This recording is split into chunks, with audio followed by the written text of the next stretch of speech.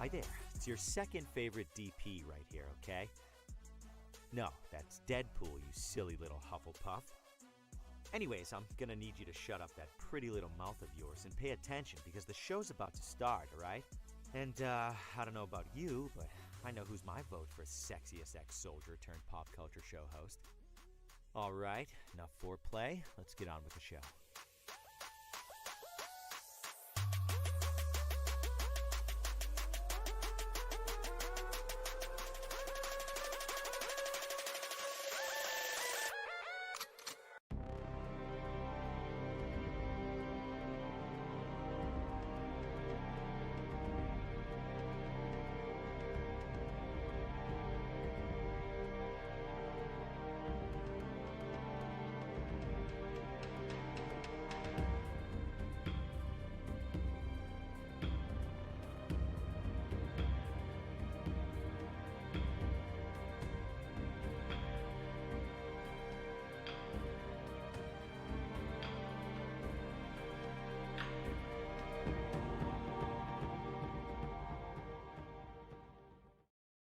Broadcasting live from the basement of the Pentagon. This is WTF Nation Radio.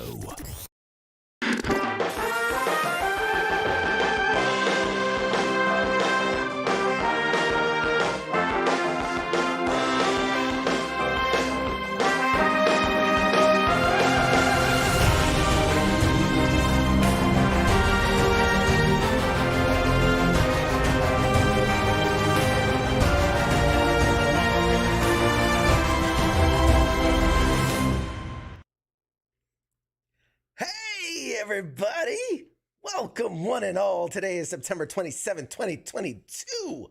This is episode 110 of Pop Culture Warriors, the show where I stay up to date on all the ins and outs of what's happening in pop culture so you don't have to. I am CQ, just like the box says. I'm the Pop Culture Warrior, and with me as always is the dream co-star made a reality. He's the voice of the unpop cultured. He's the man in the bottle. He's the people's champion, everybody. Give it up for a four-eyed Mr. Radar tonight. Hey, what's going on, guys? Hi, Radar. Hey, Radar. How you doing, buddy? Good, buddy. How are you? Oh, I'm good. I'm excited. It's Tuesday night. It is Tuesday. Oh, there's so much to talk about. Oh, Jesus, but Jesus. Sweet baby Jesus, there's a lot to talk about. Yeah, he is.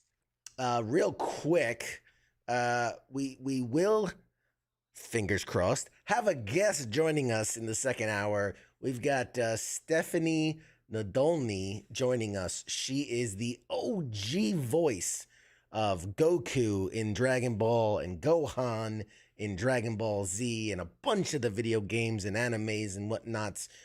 She'll be joining us. She's excited to be on. I spoke with her a little bit earlier today. Fingers crossed. We had some technical difficulties last week. She was traveling. She was on the road. This week, however, she's going to be in her home studio, so we should be able to connect.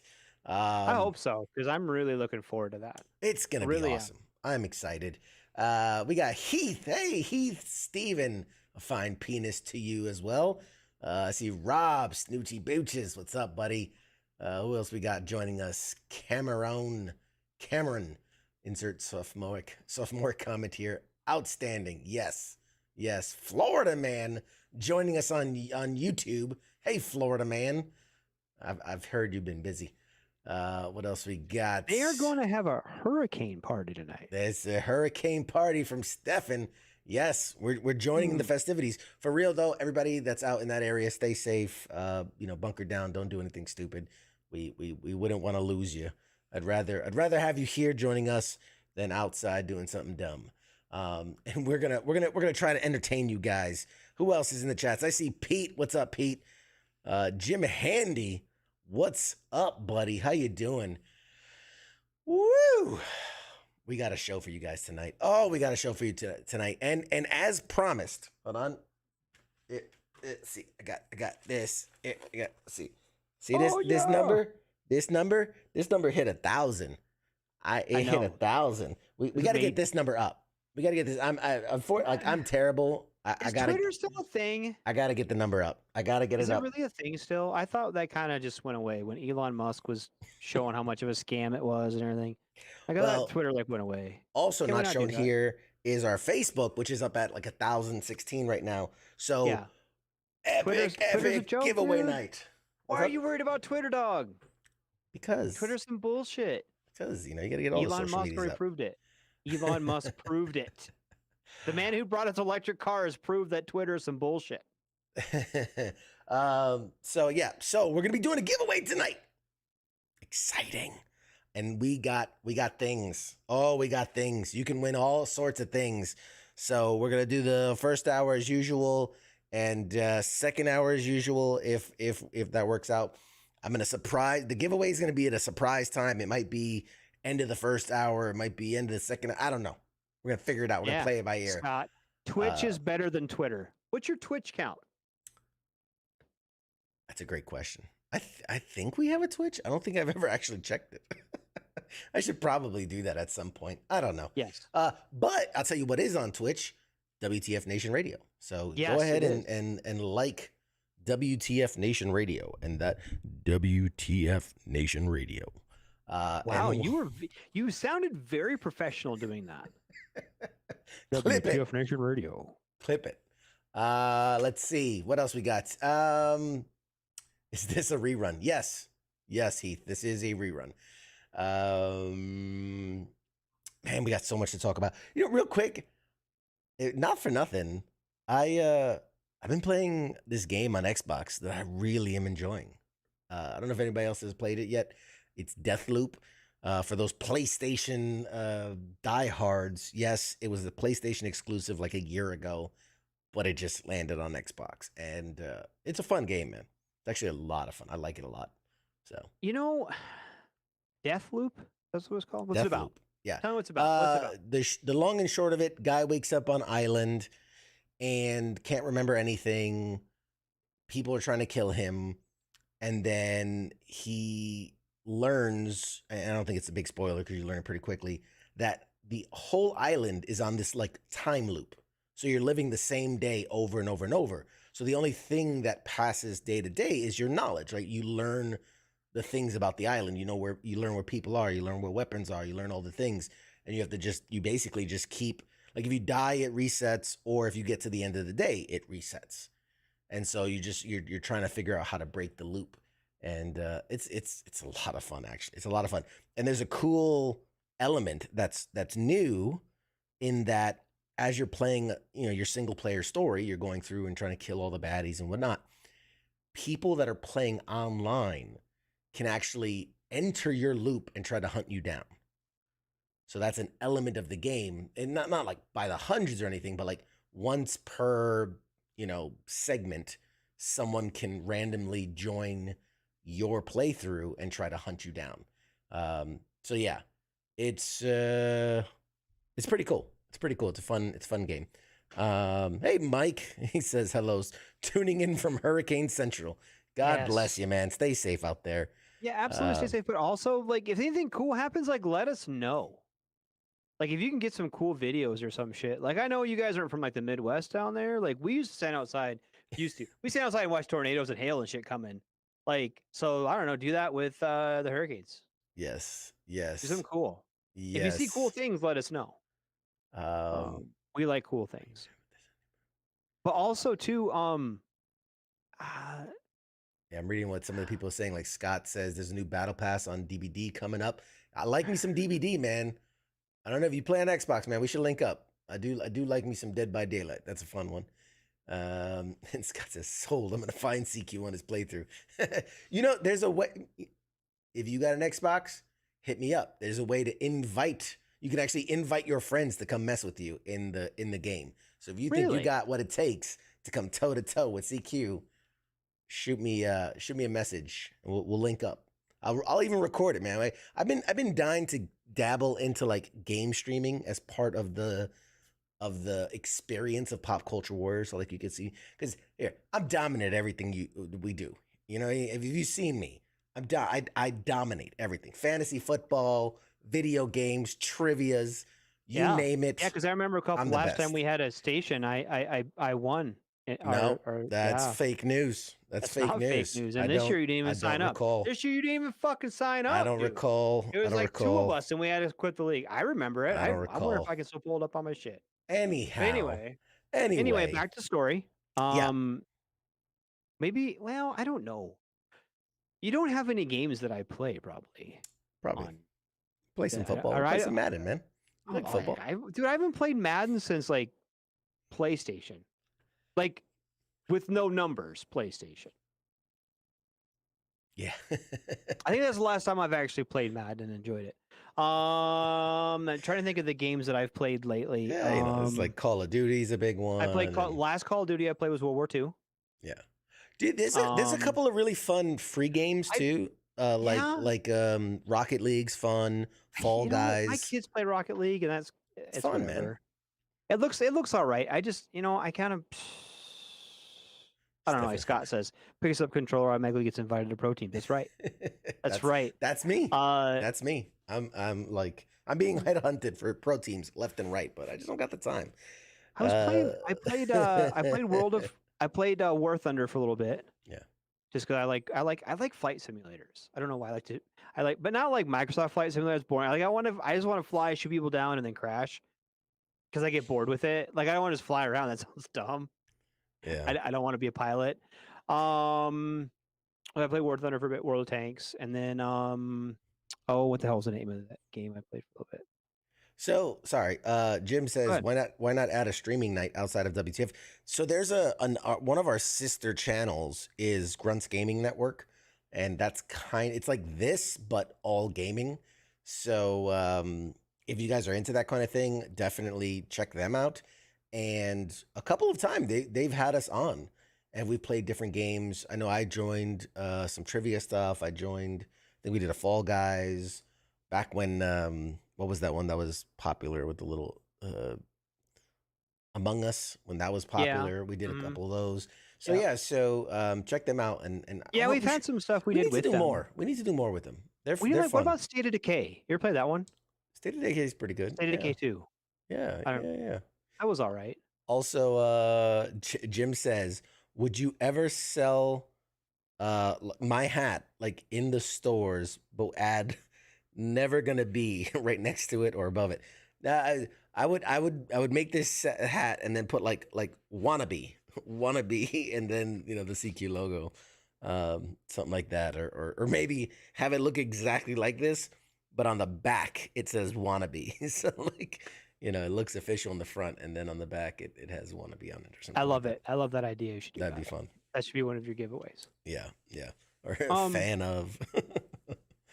The top fan. The little diamond with the top fan. Yeah. Only fan. CQ. Only fans. CQ's only fans, and it's just pictures of your hat. Yeah. Yep. That's it. Anyway. But yeah, we should do that. Maybe we should do that one night. Just have a game night. That would be fun. That would be fun. Not just not trivia. Not trivia. I mean, trivia is fun and everything, but do something like I don't know. People can hop on, maybe get a GTA 5 lobby going or something. Yeah, I got to figure out I honestly am not as proficient at figuring it out, and I'm more of a console gamer, but I have the PC, so I mean, I could make it happen. It's just learning how to do that. I'll be honest. I have to learn how to do it. Wait, hold on. Well, you don't have a Go XLR anymore, do you? I was like, isn't there a way you can plug it into your Go XLR? Plug your Xbox into it? Yeah. No, I can do that.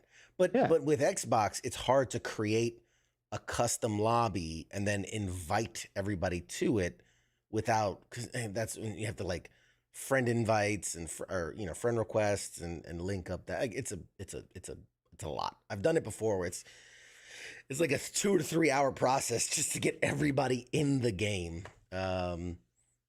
Mike says, I'd pay for CQ's OnlyFans. OnlyFans, baby. OnlyFans. State of Decay 2 is fun, but you can't really. I mean, you can work together. Like you can invite people in your lobby and like get stuff together, but you can't really do that. World of Tanks, you could get a platoon going, but there's enough people to do that. Maybe I could throw down on a World of Tanks lobby, and then you could throw down on a I don't know, whatever that you play lobby, and we could. Yeah, we could do that. Stefan says some of the biker groups I hang out with have guys who wear vests which say "not a veteran" to distinguish who is and who is not a veteran. That's cool. Who does that? That's cool. But what biker groups are you hanging out with? All right. Anyway, guys, this is awesome, and you know me, I could talk about games all day, but I got some stuff I want to show you, and we got to talk about it. Cause Is it She-Hulk's nudes? No, this is breaking news. This is breaking news. And it literally in the last hour or two, and you're Did the gonna see it Russians nuke everywhere. Ukraine? You're gonna see. Come on, man. Don't bring us down. we're talking pop culture here. All right. This is huge. This is groundbreaking. This is possibly going to break the internet. I don't know about all that. Oh, I mean, it's huge. It's definitely huge. It's huge. It's huge. It's huge news. And this is not fake news. It is. You know, I don't want to. I'm not gonna bury the lead. I'm just gonna play the video. Stand by. Watch this. Let's cue that. Where did I put it? Oh yeah, it's there. All right. And yeah, watch this. Hey everyone, we're extremely sad to have missed D23, but we've been working very hard on the next Deadpool film for a good long while now. I've had to really search my soul on this one. His first appearance in the MCU obviously needs to feel special. We need to stay true to the character, find new depth, new motivation, new meaning. Every Deadpool needs to stand out and stand apart. It's been an incredible challenge that has forced me to reach down deep inside. And I have nothing. Yeah, just completely empty up here and terrifying. But we did have one idea. Hey Hugh, you want to play Wolverine one more time? Yeah, sure, Ryan.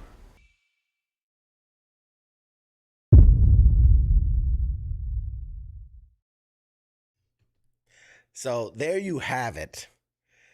Official, so many things happening all at once. Official announcement. Deadpool 3 in the MCU, 9/6/24. I know, sad. It's 2 years from today, or yeah, 2 years from this month. not from today, but This month. And apparently confirmed Hugh Jackman is back as Wolverine. So much to unpack. So much to unpack here. I mean, first of all, it's shocking that we're going to get Hugh Jackman back as Wolverine because, you know, he said he retired, he was done with it. And also, I mean, this is the MCU. I know there's the whole, you know, we've seen people coming in and out like Professor X and all these people. But outside of like a multiversal show or movie, we haven't. Like, does this mean he's our MCU Wolverine, or is he yes, the Fox MCU Wolverine that's hopping over Yes. this one time? Because you know he's not going to play it after this. You know he's done after this. maybe. Here's the thing. It's money, son. I mean, sure, I'm You sure know he's going to make a fuck ton of money. They dumped the money truck on him. I'm sure of it. Yup. You keep backing that money truck up, he's going to keep playing. Which is fascinating to me too. I love the idea that yes, we saw the claws, right? We saw the on the Deadpool logo, but that's also for the 1, 2, 3. So that's the Deadpool logo, and the 3 is the Wolverine claws, which is awesome. I have so many questions. And realistically, you've been hounding for this forever. You've been saying, when are the X-Men going to come? When are the X-Men going to come? We've gotten teases of it so many times. Obviously, the outright straight up tease was Patrick Stewart. What you got? Yes. Well, keep going. We'll go back. So yeah, so we got the tease of, or we saw Patrick Stewart, you know, very much in the 90s anime. You got the little music. Yep. And then we got Kamala Khan in Miss Marvel, and they cued the little music and even said like, you've got mutant cells, you know, hinting that she's a mutant. They've already said Namor for Black Panther, who's gonna be in Black Panther, is a mutant. He is. They're rewriting the backstory that he is a mutant.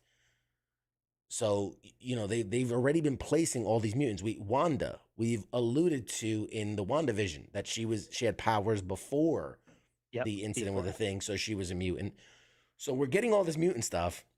Well, because that's where I was going to go with, because we got Wanda, and then this week in She-Hulk too. Yeah, we got what's his name, Mr. Immortal. Mr. Immortal, and I don't know if they're going to say because in the comic books he's a mutant, right? Right.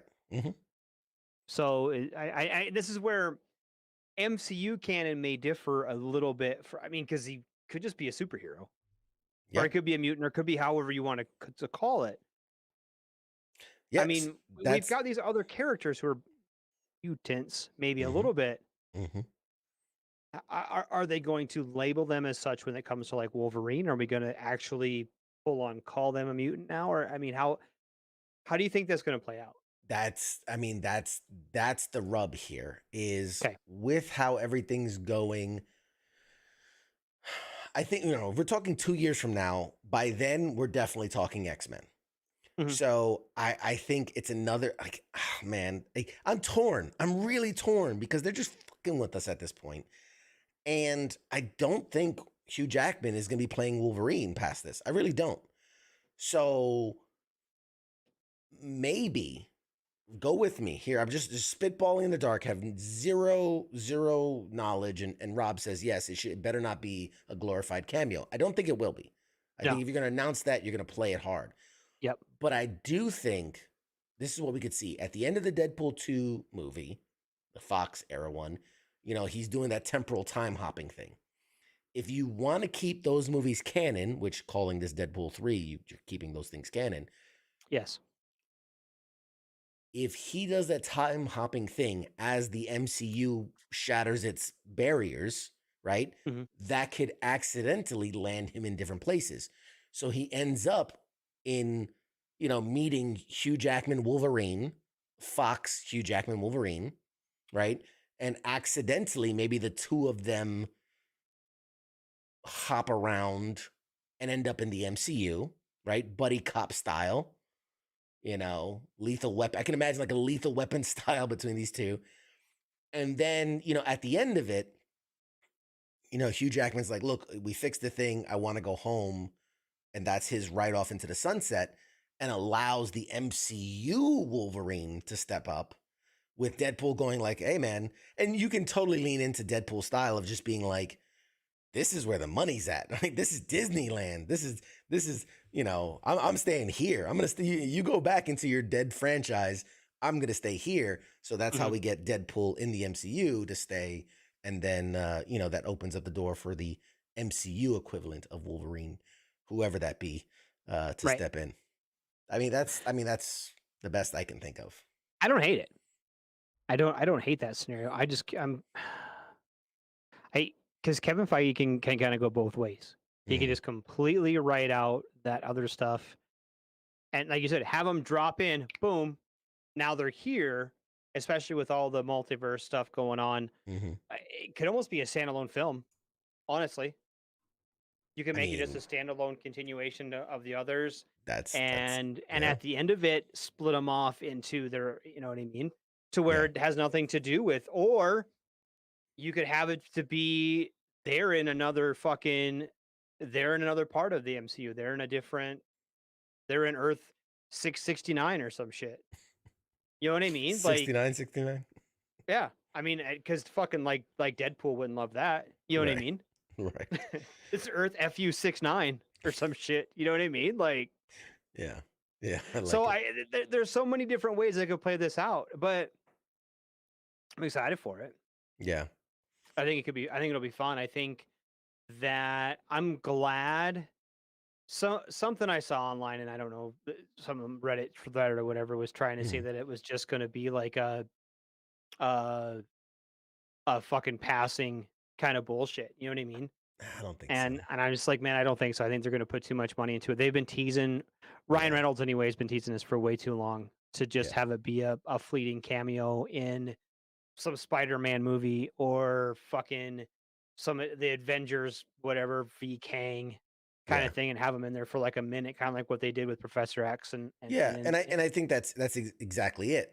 The way that they did it with the cameos in Doctor Strange perfectly shows if it's going to be a cameo, let's keep it quiet, right? Yep. They tipped their hand with Professor X. They did that, whatever.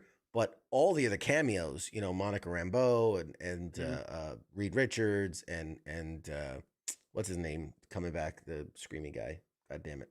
yeah, Whatever. They kept all that quiet because they were Yes. cameos. They were meant to be small parts. I think if you go on record and say he is Wolverine in this movie, you know, and you're gonna put his claw marks on the logo, he's got to be. And I would imagine Hugh Jackman's not going to spend the next 2 years jacking up to play Wolverine for 5 minutes. Jackie, Like- what? Black Bolt. Thank you, Rob. Yeah, so I definitely think, you know, unless they were going to do like some type of CGI body for him or a bodysuit, there's really no reason. He's still not. He's still pretty fucking. He's still in, I mean, don't get me wrong. He's still in great shape. He's in way better shape than my fat ass is. Like Definitely. Just saying. But he's not, you know, what was it when he got super jacked? It was for Yeah. He was not for pretty ripped Logan that. because he played an older version, the one X-Men Origins. Mhm. No, that was the terrible one. Wolverine, that's the one where Yeah. he was in Japan. Oh. He was just shredded beyond belief. Like that was just insane. Do what you else? think? Okay, but do you Yeah. think with that, Mhm. as we move into that, are they going to try to keep everything in the same main timeline? I guess that's the question I have with all this because I mean, it's easy this enough. whole it's phase easy is a enough, fucked up timeline. but I mean, but I'm just saying, like, okay, we have the cameos in Doctor Strange, right? Mhm. But it's in theory possible to have something like the new Deadpool movie come out on Earth FU 693, Mhm. and we don't like. Are they? I hear what Do you're you saying. think that's a direction they're going to take? No, Because they've kind of split. I mean, you've got kind of like you've got your like extraterrestrial kind of threats now.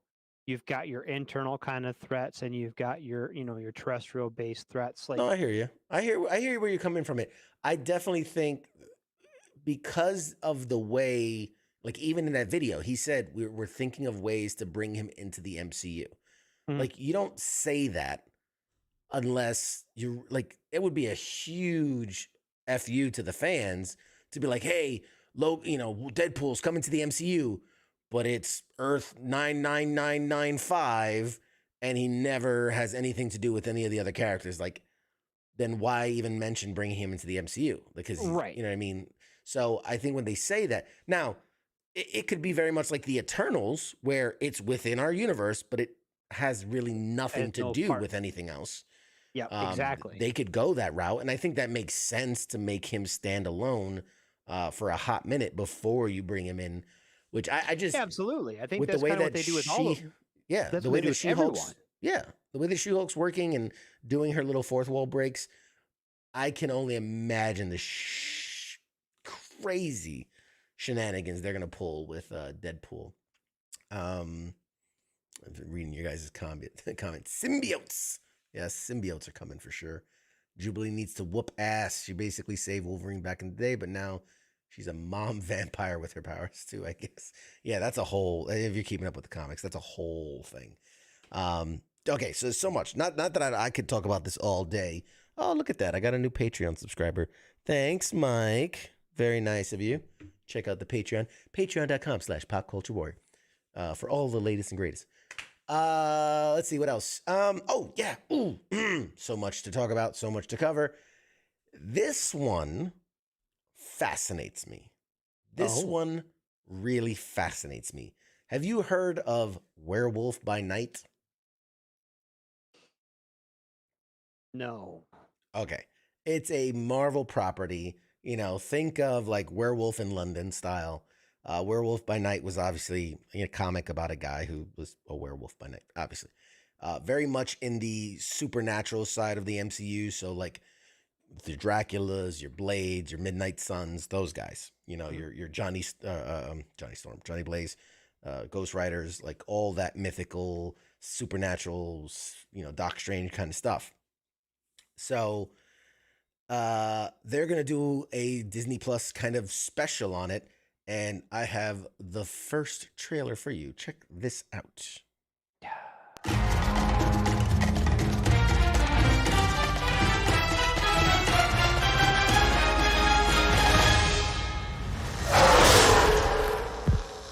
This Halloween, you can't escape the shock, the terror of Werewolf by Night. Tonight, it is every hunter for themselves.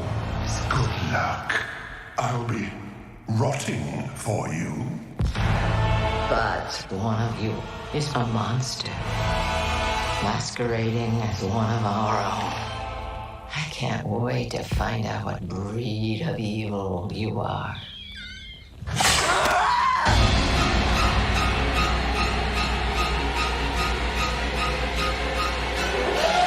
You wanna see this, darling? Please don't do this.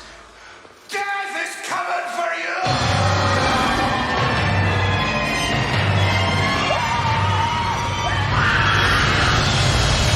Werewolf by Night.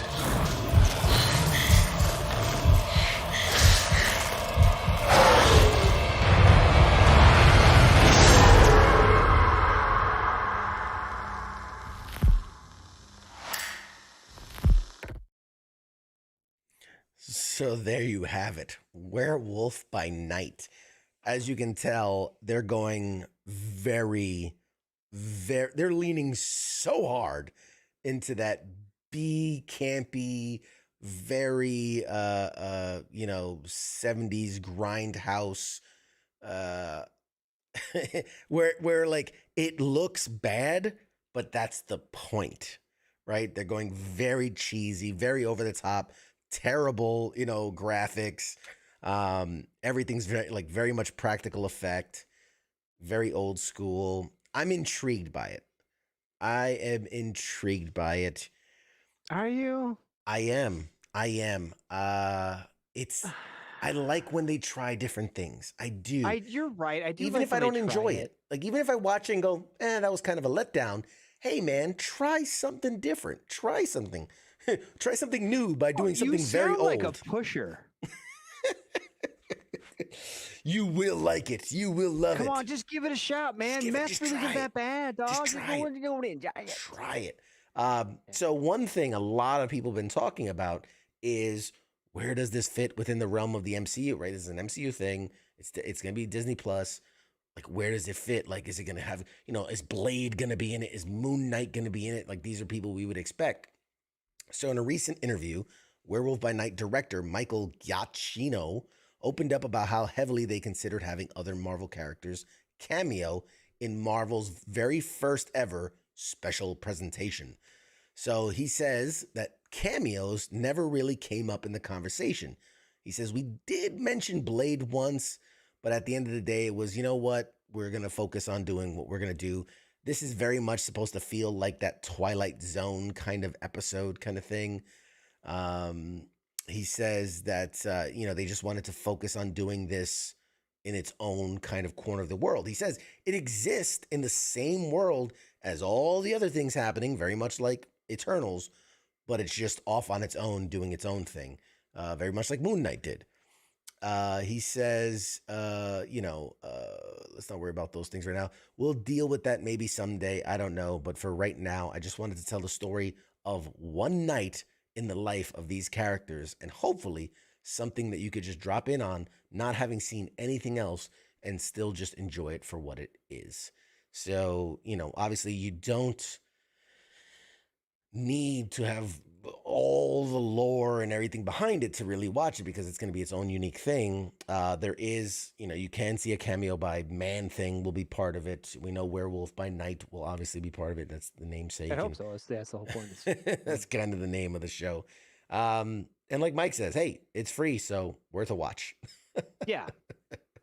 So yeah, I'm Is it gonna interested. be? Is it gonna be a show, or is it gonna be like a series? Or do you, It's it doesn't it's going to be a quote unquote special presentation.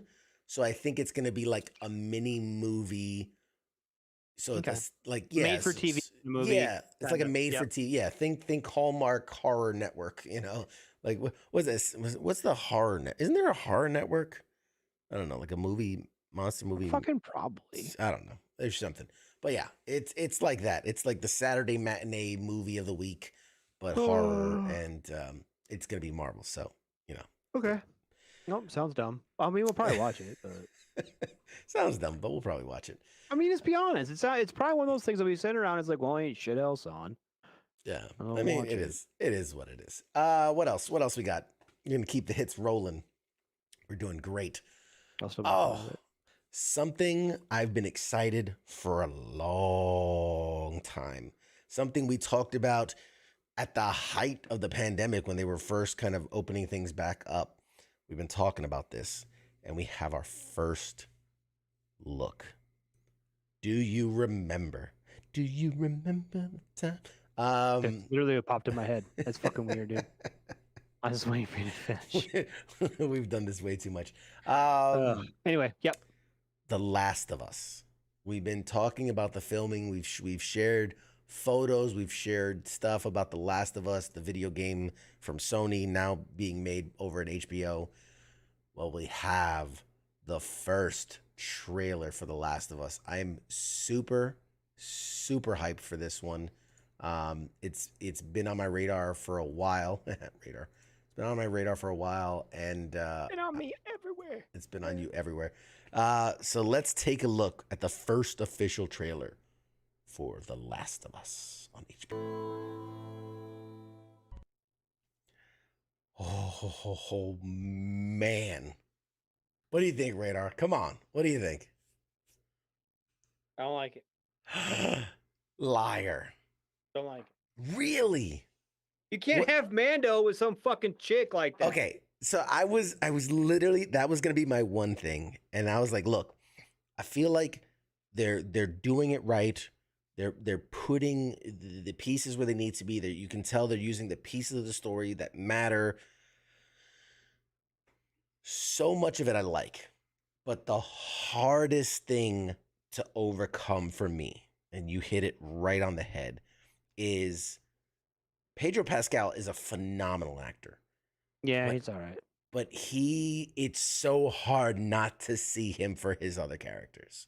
Yeah. It's so hard to see him as Joel.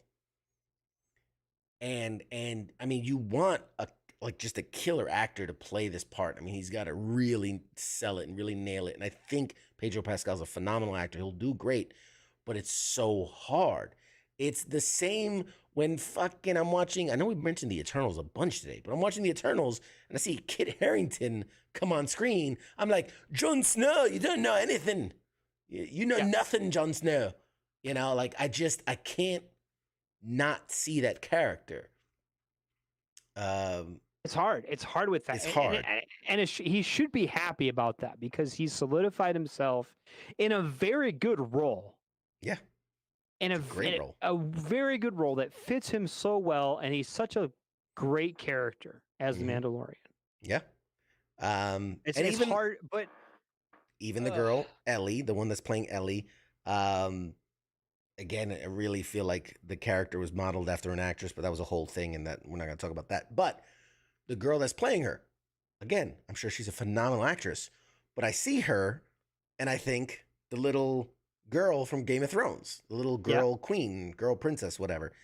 And it's hard to put that aside and be like, okay, I'm living in this world, my mind's in this world. I wonder if they didn't do themselves a injustice by not just hiring really good no-name actors. possibly To because really, you always run that you run that risk if you've got people. Pablo Pascal, he's a good actor. He can pull it off. Yeah, he is getting kind of typecast into that. I don't know. He was in that one movie that I didn't see where he was funny. right? Yeah, no, he did the funny one with Nick Cage. Nick Cage. It was So I mean, if you remember Wonder Woman 84, he was the villain in that one. Yeah, I'm just saying. I But can I'm tell just, you. he's good. So you're looking at you're looking at an opportunity to really, you've got good quality actors and actresses in this thing, but you also run that risk of people wanting to be Mando, and he's just not Yeah. in that. And I don't know. And He'll yeah, probably be all right. And that's the thing, like with the Mandalorian. I mean, it's him, but the good thing is his face is covered in 99% of the show, so and the voice is modulated a bit, so this gives him an opportunity to be on camera. Like I feel bad because I mean it's him doing all the stuff, but this is you actually get to see him now doing all this stuff. I don't know. We'll see. Well, Dude, I don't can't hate judge it. The more I'm thinking about it, the more it's just me being stupid. You know what I mean? Sure. You being Radar. Like yeah. how, it's me being Radar about it. Like I still haven't watched all of Aladdin, the live action Aladdin. Right. I try to watch it, and I like Will Smith, dude. Just can't. Pre-slap or He's post-slap? not my genie. Hashtag not my genie, dog. Hashtag not my genie. Oh man. So I mean, yeah, Can't like stop Robin Williams, dude. They should just left that shit alone. everything about it. I like it. I like the stylistic choices. I like you can see moments from the game, right? From the intro, from obviously the Fireflies are gonna be a part of it. You see the clickers look amazingly well done. I'm so glad they're going more practical than like CGI. Yeah, I everything. I like it. I like it. I like it. I like it. Can we get him a pattern for? Patreon for streaming services. That's funny. Yeah. So we'll see. We'll see how that all shapes up. I'm definitely curious to. I mean, I'll probably watch it. Like, let's be honest. I'll probably end up watching it because you'll fucking start talking about the goddamn thing. Oh yeah. And then I'm like, I guess I gotta watch it. Without a doubt. I mean, there's no doubt in my mind that I'll be watching and talking about it. Here's the fun part about that. As I cross my arms and look shitty about it. If it sucks, I'm gonna fucking tell you it sucks, dude. Well, obviously, I would expect nothing. The people expect nothing less. The people demand that you speak openly and candidly. That Radar be candid about whether or not it fucking sucks. Yeah. Greg says, I saw side-by-sides of the trailer and the game, and they are creepy accurate. That's what I mean. It's something that blows my fucking mind when you're like, we have this amazing, great cinematic adventure. I'm looking at you, Uncharted. All you have to do is adapt that to screen. Yeah, you're going to have to cut out a lot of stuff, trim some fat, move some things around to make it fit. But if you're going to call something the same as this other thing, fucking do the thing we love. It blows my mind. It's one thing if you're going to take Mortal Kombat, Super Mario Brothers, and create a story for it because nothing exists, right? It's just press play and fight your balls out. But when you're taking something that is a cinematic masterpiece, Uncharted, BioShock, The Last of Us, these things that they were made to basically be playable movies, to adapt it, just do that thing. Just do the thing. It's not that hard. So this looks like they're getting as close to the source material as humanly possible. I get that. And I respect that. I get that. Okay, let's hear it. Whenever you have a very good, accurate source material, Walking Dead, for example, do you want that show to follow the course of that source material so accurately that there's not cliffhangers, that there's not, you know what I mean? Like, if you've played the game enough and you know what happens, is that what you really want from a show? Because you, like you said, you've got an accurate portrayal of that in that show. or in that game, right?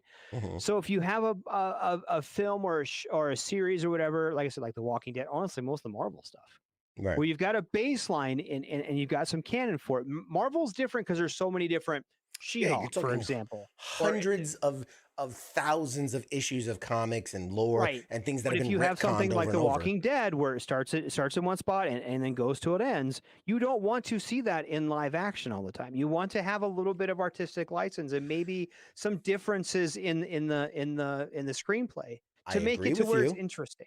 I agree with you, but let's be clear. You're Yes. talking when the source material is written, Yes. and again told over hundreds of issues. Yes. Adapting that into a screenplay requires finesse and finagling and all these different things. Yes. What I'm Absolutely. talking about is a video game that boils down to a 6-hour playable movie. Yes. It's all scripted. It's all cinematically shot. It's all there. You just Yes. have to match it as best as you can. You know, in a comic book, you know, everything between the panels has to be brought to life. You know, everything has to be condensed and all that. So I totally get you. With But what Walking I'm Dead. saying, if you've played the game and played it to the end, Mhm. you know what happens. And there's Sure. no, I mean, you can go watch it on the screen, but there's no, Right. it's like rewatching the same movie again, but maybe a little bit different True. characters. And are you really gaining anything from that? True, Or if you change but it a little bit, I'm not saying just throw the baby out with the bathwater. Right. But if you have it a little bit different, you have some nuances and some things you can make it better. You can make it more fun. Maybe change the script up a little bit, like, oh, well, you know what I mean? When you Well, take that let's artistic hear license from the with it, people. You, the viewing people, let us know. Again, we're talking about a video game adaptation, a video game that was cinematically done. It was done to look like a movie and play like a playable movie, like Uncharted, Last of Us. Again, I think BioShock. I mean, I can keep coming up with examples of like these really well done, even like Halo, you know, is done cinematically. yes, You know, would you rather see what they did with Halo, which is take the nuts and bolts and build a completely different thing, or would you rather them follow the blueprint as close to the source material as possible? I'm interested to see what do the people say. We've heard from the unpop cultured. We've heard from the pop idiot. culture warrior. Yeah. What do the people say? What do the people say? I want to see what you guys think. Mike says, I agree. All games have scripts and are mimicking movies. Just come close and you will have success. Peter says, Radar is lucky that the phone lines are not open. Oh, open them up. Everyone's entitled to their opinion. And I just, dude, I don't know. Like, someone like, oh, I could watch Halo. Da, da, da, da, da. Yeah, I mean, I don't know, dude. Like, Scott says it. Should have followed the blueprint. Always follow the blueprint. Radar, I get where you're coming from.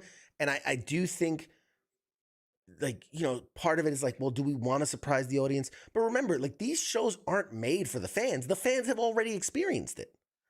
Right? These are made to open up the general public. The people that read Harry Potter, right? The books the movies weren't really made for them. They read the books. They got the better version, the books. How many people, how many people played or watched read Harry Potter books before the fucking movies came out? Of course. You know what I mean? You're building on that empire, right? Right. But anytime you take a source material that is to do one of the books would be like 6 movies. So just do one of the books. Yeah, so you know they're gonna have to chop so much out of it and contain that story and make it a self-contained story. So that's all I'm saying is do that to the game world. Yeah. Just make it fit. They didn't change much. Yeah, there's little tiny tweaks here and there, but they didn't change much. Do that and you will be successful. How many people love those Harry Potter movies? They're not 100% accurate to the source material. No, because it's but they're 90%, let's say. Yeah, but Harry Potter sucks. Them is fighting words. I'll fight it. I already went to fucking war over fucking Bette Midler and all that bullshit. Mm-mm. No, I will go to war with that one. Harry Potter sucks. Okay. Dumb. A little bit. We got a little bit of time left before our guest joins us, so let me show you another one. What else we got up next? I was not a Harry Potter fan. There's a moment when you say to yourself, "It can't be done." But instead of backing down, you push yourself forward into the unknown. Day 1 of shooting, Extraction 2. We're back. With a title of 2 behind your name, you have to bring at least twice the action. Where the landscape is ever evolving. Where everything that got you here doesn't mean a thing unless you can do it bigger and better than ever before. For Extraction 1, we had a major action sequence that felt like one continuous shot. We call that a oneer. For Extraction 2, we're going to push that even further with a sequence more intricate and more extreme than before. And we've got a real helicopter landing on the rooftop of moving trains. It's pretty damn exciting. I'm very proud of what we've done. The end result is going to blow people's minds. Against all odds, you find a way to make the impossible. 3, 2, 1, fire! Just another target.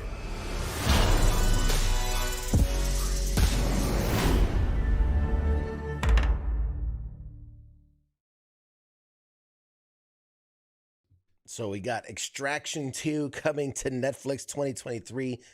Couple of weeks ago, or a couple of months ago at this point, we had Bobby Holland Hanton, who's Chris Hemsworth like personal stunt double and a huge like action stunt double for Hollywood.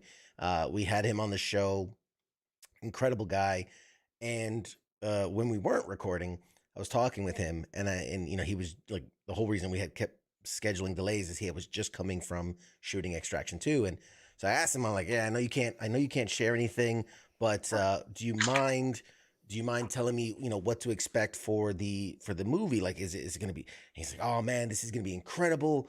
You know, like the stuff we're doing is not done anywhere else in Hollywood. It's bigger, it's better, it's crazier. Wait till you see it. Like, he was just hyping this experience. He's like, I've been on all the, you know, he's been on Casino Royale and all the Batman movies and all these other huge tentpole action movies. And he's like, no, dude, this is truly, truly epic. So, all right, guys, we're going to toss to a quick break. We got our guest joining. Hi, they can't see you. But we will, we're going to play a short break. And then when we come back, we're going to have a great interview with our amazing guest. So stick around. Don't go anywhere. We'll be back in a few minutes. Shots.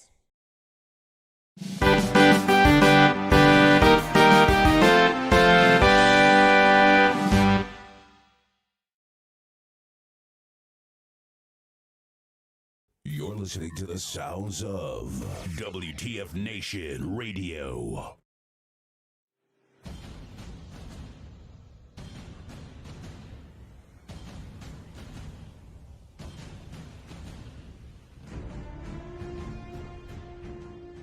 Hey, you there? Yeah, it is right, you. Let me ask you something, alright? Where the hell do you think that you're going? Oh, what do you think because the show's going to commercial that means you get to just walk away?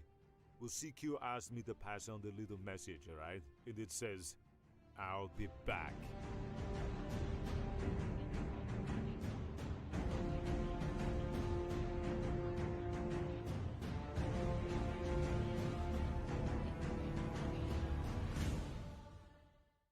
After all I've done, do you love me now? Do you love me now? After all I've said, running through your head, do you love me now? Do you love me now?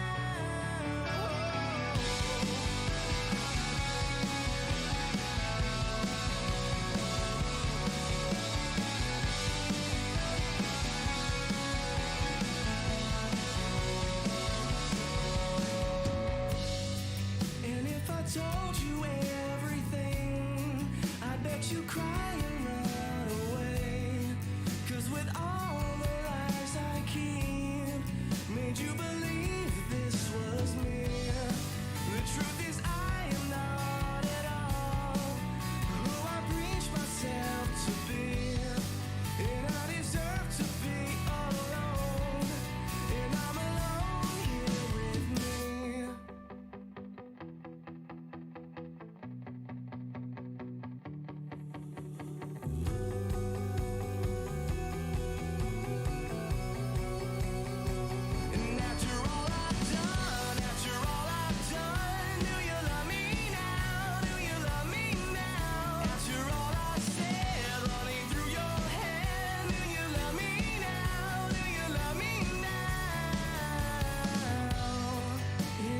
told you everything. I wonder if you would believe that with all the ways you've tried, I couldn't change my selfish needs. And with endless love from you, and I took for granted everything. And I deserve to be alone here with me. After all I've done, do you love me now? Do you love me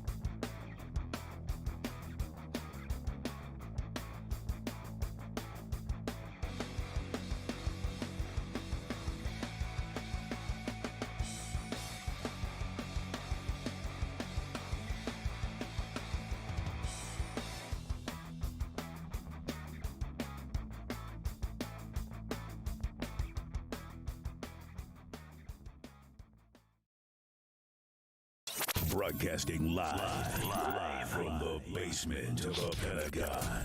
This is WTF Nation Radio.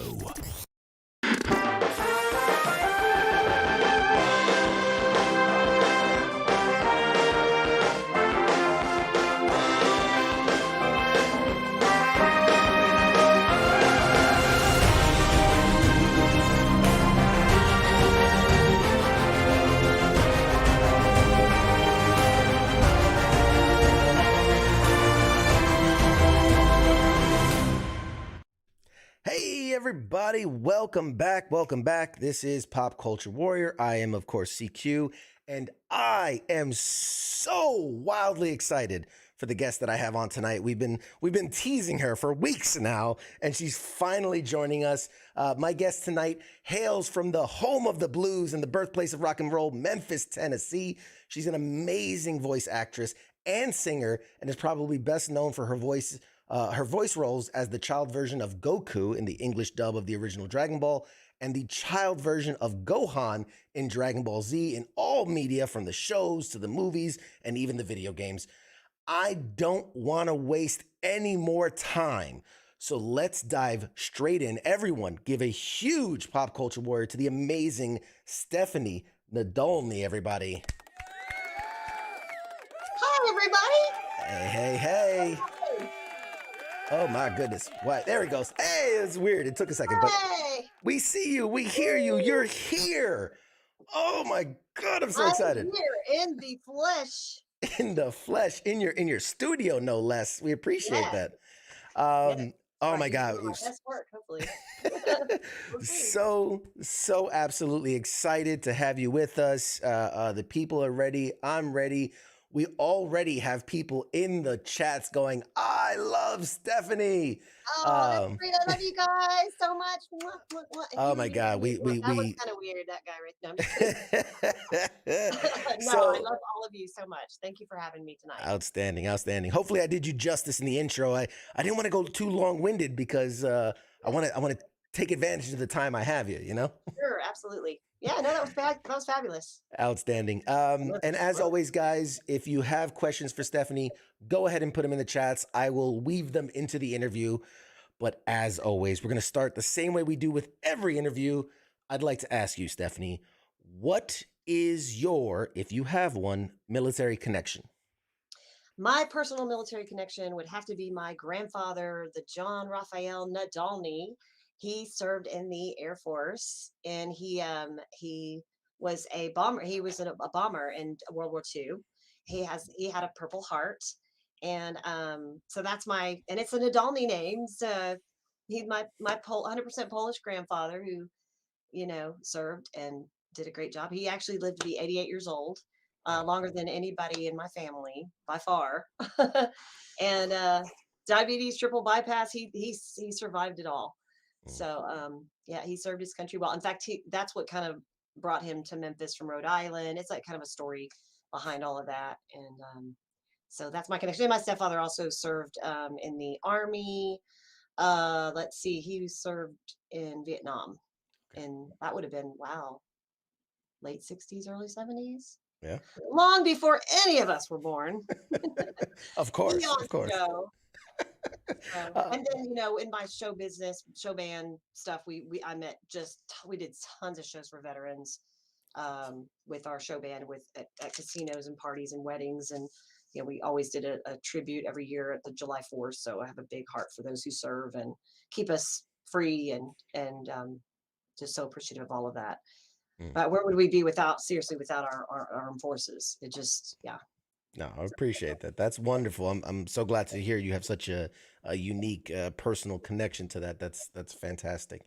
I was telling people this is a few months ago now, but we sat next to each other at Mission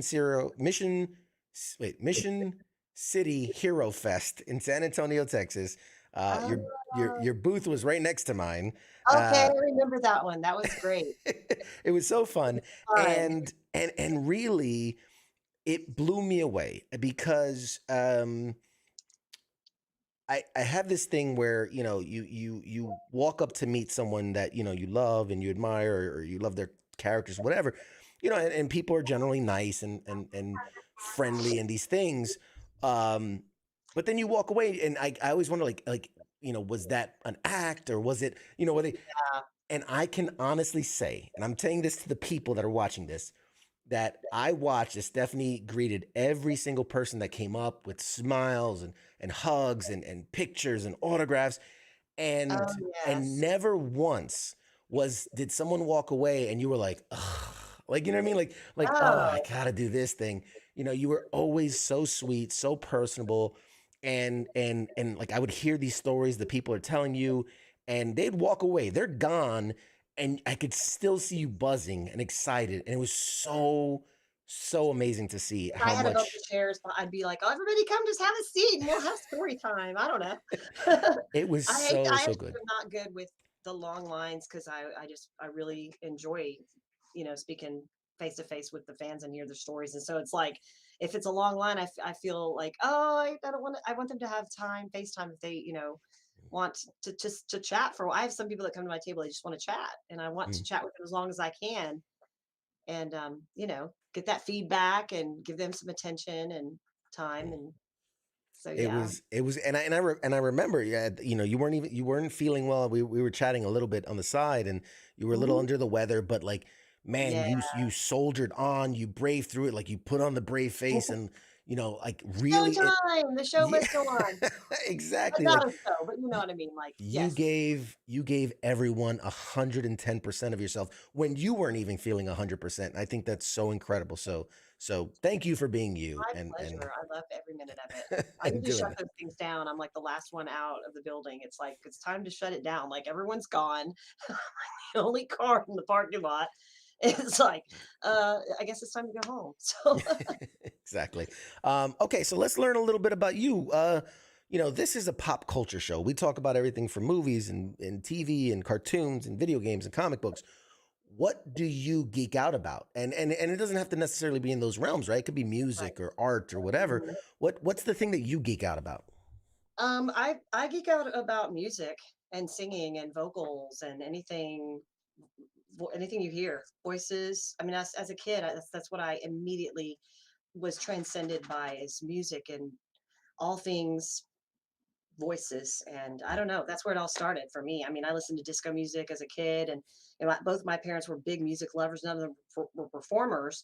None of them were in show business at all, but I was surrounded by music, and that became my personal escape, and my personal means of creativity and expressing myself was through singing. And I wrote poetry and songs and made up my own little shows and little voices and characters, and so that was just what I did. And as a kid, I didn't know, I mean, I thought everybody did that. I don't know. I just thought all the kids did kind of that type of stuff. But as I've gotten older and I look back and I listen to other people in the industry, um, some are similar, but I think that really was kind of different because I didn't necessarily see all my friends doing those types of things. I mean, I knew we all loved music, and some of them like to sing and dance and things like that. But I mean, I was obsessed with it. Like, I mean, my cassette player and recording and listening back, and if only I had the technology we have today, I would have just been all over this, recording and YouTube and writing songs. And yeah, so we had what we had, and that's what we had to work Yeah. with. That's what started it for me. My dad handed me a microphone. I was 3 years old. We had a stereo hooked up, and it was horrible. It's like pulling teeth to try to get that thing out of my hand, put me to bed, because I was obsessed with it. I wanted to stay up all night singing and doing voices and being silly, and thankfully I was able to come up with a career to thrive in to some degree and have some, make a living at it. Yeah. Yeah. Yeah. No, that's so cool. Another question, and it's kind of random, it's kind of out there, but are there any charities? Are there any things that you support that you're a big believer and supporter of that you'd love to shed some light on right now? Absolutely. There's various things, but right now, most recently, involved in a nonprofit that is an anti-bullying campaign. It's called Pink Thursdays. It's all over social media. Um, Usually, they highlight somebody in the industry or somebody that supports the cause, and they wear something pink, and then we either do a video or they highlight what they do, and then they have like either like a statement that they, either they went through it themselves or they wanted to, hey, I'm so and so with this organization and I support Pink Thursdays. So that's a big thing for me. I moved around a lot, so it was like hard for me to fit into a lot of these different environments every 2 or 3 years growing up as a kid. They were always small towns, and so I just, had a lot of problem with. A lot of kids do. I mean, it seems like everybody I know has had some kind of issue with some kind of bullying or picking on, or being a misfit, and I hear that a lot in the anime industry as well, because it's like that's what they geek out about. Well, people can make fun of you for anything you geek out about, right? Or really, there's not a reason. If you're going to bully someone, you bully them. So that's near and dear to my heart personally. And then also, Breast Cancer Can Stick It, which is an amazing breast cancer support nonprofit that my friend April Samuels runs. She is the figurehead of that entire movement. She's a drummer, and she fought breast cancer. And I think she's 10 years cancer free now, or over 10 years now, but she fights for the cause. She was diagnosed in her late 30s, I want to say. And we regularly work together, whether it be I donate autographs or signed figures or things like that to help her with her silent auctions or her online auctions. And she also has a big thing coming up in October called Drumathon. And being a drummer, it's like this big thing in the Dallas Fort Worth area. She brings out really big names to raise breast cancer awareness, and she's doing an amazing job. The lady is a crusader, and I'm behind that 100%. So, and cancer in general, Leukemia and Lymphoma Society is a big one for me. I lost my mother right after I got cast as Gohan, of sudden aggressive form of leukemia. She was actually my age when she passed. And my best friend in the whole world, also my engineer, business manager and partner, lymphoma, which is a blood cancer. So that's a big one. Cancer in general, but leukemia, lymphoma, blood cancers have affected me directly, and lung cancer and some others in my family. A lot of my family on my mom's side, a lot of cancer, and just dagnabbit, it just takes you, and it's a tough one. So, Yeah. but anything and everything, if people approach me and there's a cause involved, like when you said the mission one that we were at in San Antonio, that was benefiting. That was a huge benefit. I think the Yep. whole thing was It was wounded veterans and right. kids. I think it was kids with cancer. It was the split. Yeah, see, and then St. Jude's, being from Memphis, Tennessee, there's a lot of stuff going on with St. Jude's, and there's lots of ways to donate. Even $1, $5, $10, anybody that even has it. If you think about it, some people just can't, but if you can, just even a little bit helps. You know, to go towards something that there's so many people that are less fortunate. Anything you're going through, anything can always be worse. So I'm all about giving back, because we all suffer, we all go through adversities and pain and suffering. But we just learn through it, together, band together and support, and giving to others and being in groups like that helps get me out of my own crazy head of whatever I'm going through, whatever is making me crazy or anxious. And if I get out of that and I can help others, and I also have a huge heart for children and animals. So if I ever have free time, I try to donate my time to walking dogs, or teaching kids piano, or getting online with. In fact, I've got some stuff going on with some schools where they do online Zoom meetings for kids, either in an anime groups or kids that want to pursue show business, or they want to go into musical theater, and they need like some kind of advice or encouragement from somebody who's kind of been doing it my whole life. That if they want to hear from me and I have the time to do that, we set it up. And even if I have to get up first thing in the morning and drive an hour away and like, good morning, everybody, let's talk about anime, or let's talk about, musicals or singing or, voice acting, whatever it is. So Man, how do you find the time? You do a little bit of everything. I stay very busy. Yes. I plan each day and each week. And since COVID, man, I'm like, let's do this. I don't want to stop. There you go. There you go. Yeah. I'd love to hear it. No, that's so wonderful. And again, I can speak personally that you went and did these things, and obviously being here, donating your time to us, we really appreciate I it love as it. well. Absolutely. This is great. Thanks for having me. Like I said, if you guys want me on, let's do this. Have some Awesome.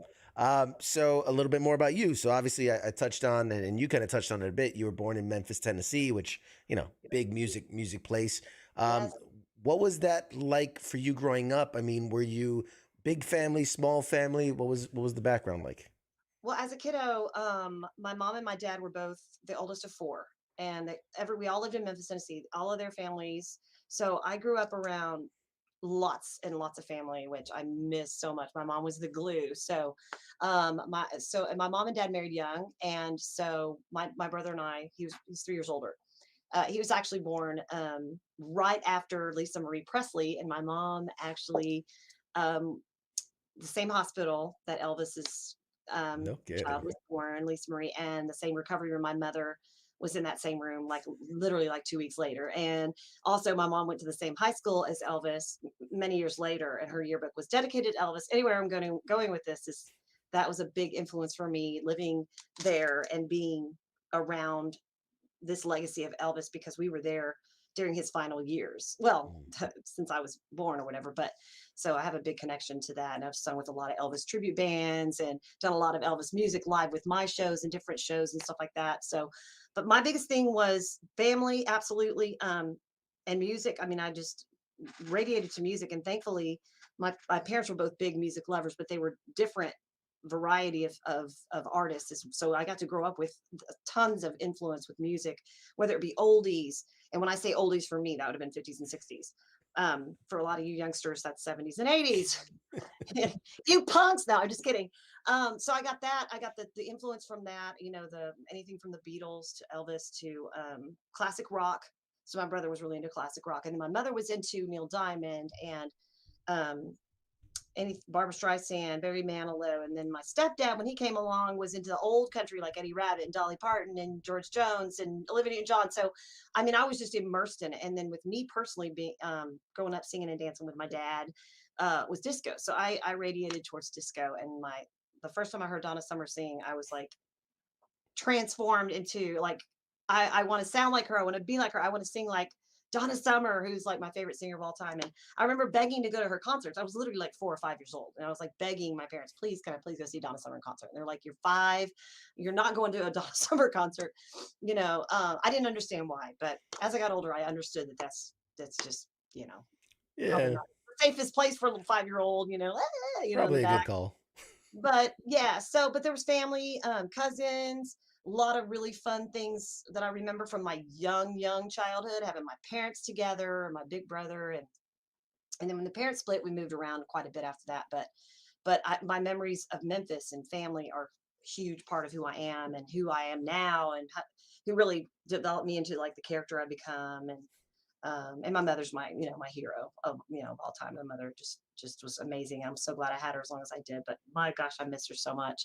But there's a lot of heritage there, and what's left of my family who are still living, most of them reside in that area now, all around Memphis and northern Mississippi, and my father's in Indiana, and distant relatives in Rhode Island. So yeah, I loved growing up there. I still love to go back. Haven't been back in a very, very long time. I'm long overdue a visit. Yeah. Get a little of the twang come out a little bit when you talk about home. Oh, you should hear me when I go down there to visit my family. It's like this all the way. I come home talking like everyone there. Are you hungry? Would you like something to eat? Gravy. You want gravy with those taters? Everything's very slow and drawn out. No hurry down south.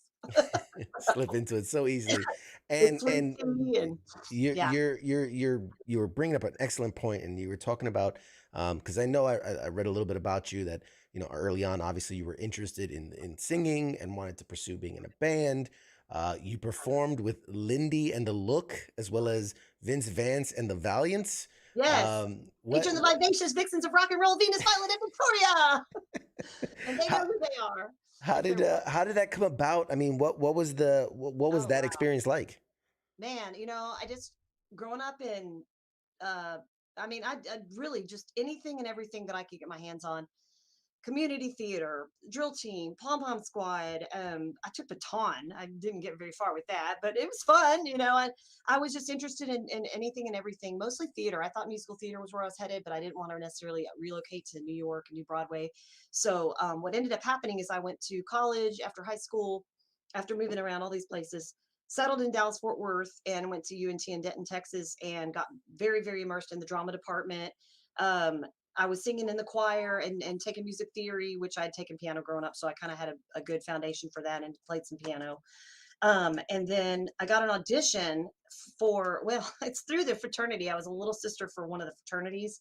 Not a sorority person myself. I was much more involved in my drama department, but I met one of the Pi Kappa Alpha, I think it was, and they said, well, hey, we need to. I sat in with the band at one of their parties, and they said, well, we have a band and we only have three guys, and we really need another singer, and so why don't you come and sit in? And so I sat in with them, and we started rehearsing, and that was Backroads Romance. And then from there, literally, Lindy the Look he lived across the street, Lindy Wilson, and he's an amazing singer, had his own band called Hollywood Heart. He overheard us rehearsing because the window was open, and he heard my voice or something, and he came over after I was leaving and said, hey, I have a band, and I'm auditioning singers. I want to have 2, 3, 4 girl singers. Why don't you audition? So then I auditioned for them, and then I started to get into that group. But then their manager's like, wait, hold up, we need a Valiant for Vince Fans of the Valiants. One of our girls is not doing well. She's been with the band forever, but she's ill. She needs to get off the road, quit traveling. And so it literally escalated within I think a month. I was already auditioning for Vince Fans and the Valiants, and I was on the road in less than a week. I was literally on the road, tour bus, going down the road, all over the United States. And I never looked back. I thought I'd graduate, not because I was really scholastic, but once I got a taste of that, I don't think I even left that band for over a decade. I thought I'd do it for a few years, and then I left and came back again. So I don't know how long it's been, but it's easily over 2 decades and almost 3 at this point. That the band's still going. He said he's been with the band. His band has been originated in 71, and the band is 51 years old this month. Yes, and Vince Vance is the only original member who is still doing it. Go Vince Vance! Big shout out to Vince Vance. Yeah, and all the girls I worked, all the guys, who've come and gone over the years. I just learned. It became like my family on the road, on and off the road. I'm still great friends with a lot of those people. Any a specific moment that stands out as if you could boil that one day, that one experience, what's that high for you in the musical stuff? There were so many. Vince Vance opened up for so many big names over the years. We played at from the Superdome to the Super Bowl to the Waldorf Astoria to the White House to the Easter egg roll. Prominently over the 90s. Then he was really traveling a lot, doing a lot. The industry was booming at the time. 9/11 hit, and that changed everything for everybody, obviously. But back before that, and even in the 80s before I joined, it was very, very active. We were on the road 250, 60, 70 days a year. We were sleeping in airports, and sometimes we didn't even get a hotel. We were breaking down on the highway, having to rent vans and different alternate forms of transportation just to get where we were going. But it was such a great learning experience. I had so many. A lot of mine were like I said, opening up for the big acts like the Drifters, the Coasters, Huey Lewis, Harry Connick, Vanessa Williams, Casey and the Sunshine Band, the Village People. I think we even did one with the Temptations and a lot of oldies groups, because Vince Vance was a 50s to the 90s rock and roll review. It's kind of like Sha Na Na meets B-52s. And then we did costumes, and we were constant visual stuff going on. So I got very involved in the costuming, and then some of the girls would come and go, and then I became the choreographer and the mentor and the big sister Valiant and the senior Valiant, and I just went through all these phases. And what was cool about it is I could not only sing, we could dance. We had costuming from head to toe. We would detail anything and everything from the 50s to the 90s through our music, and we had skits. There was improv, there was comedy. It was just really, what a great way to cut my teeth on being a professional performer, entertainer. It's not like it was one or the other. It was really all of that. And that's what was so unique about that band, is it wasn't just like we got up on a stage and everybody did their part and we played music.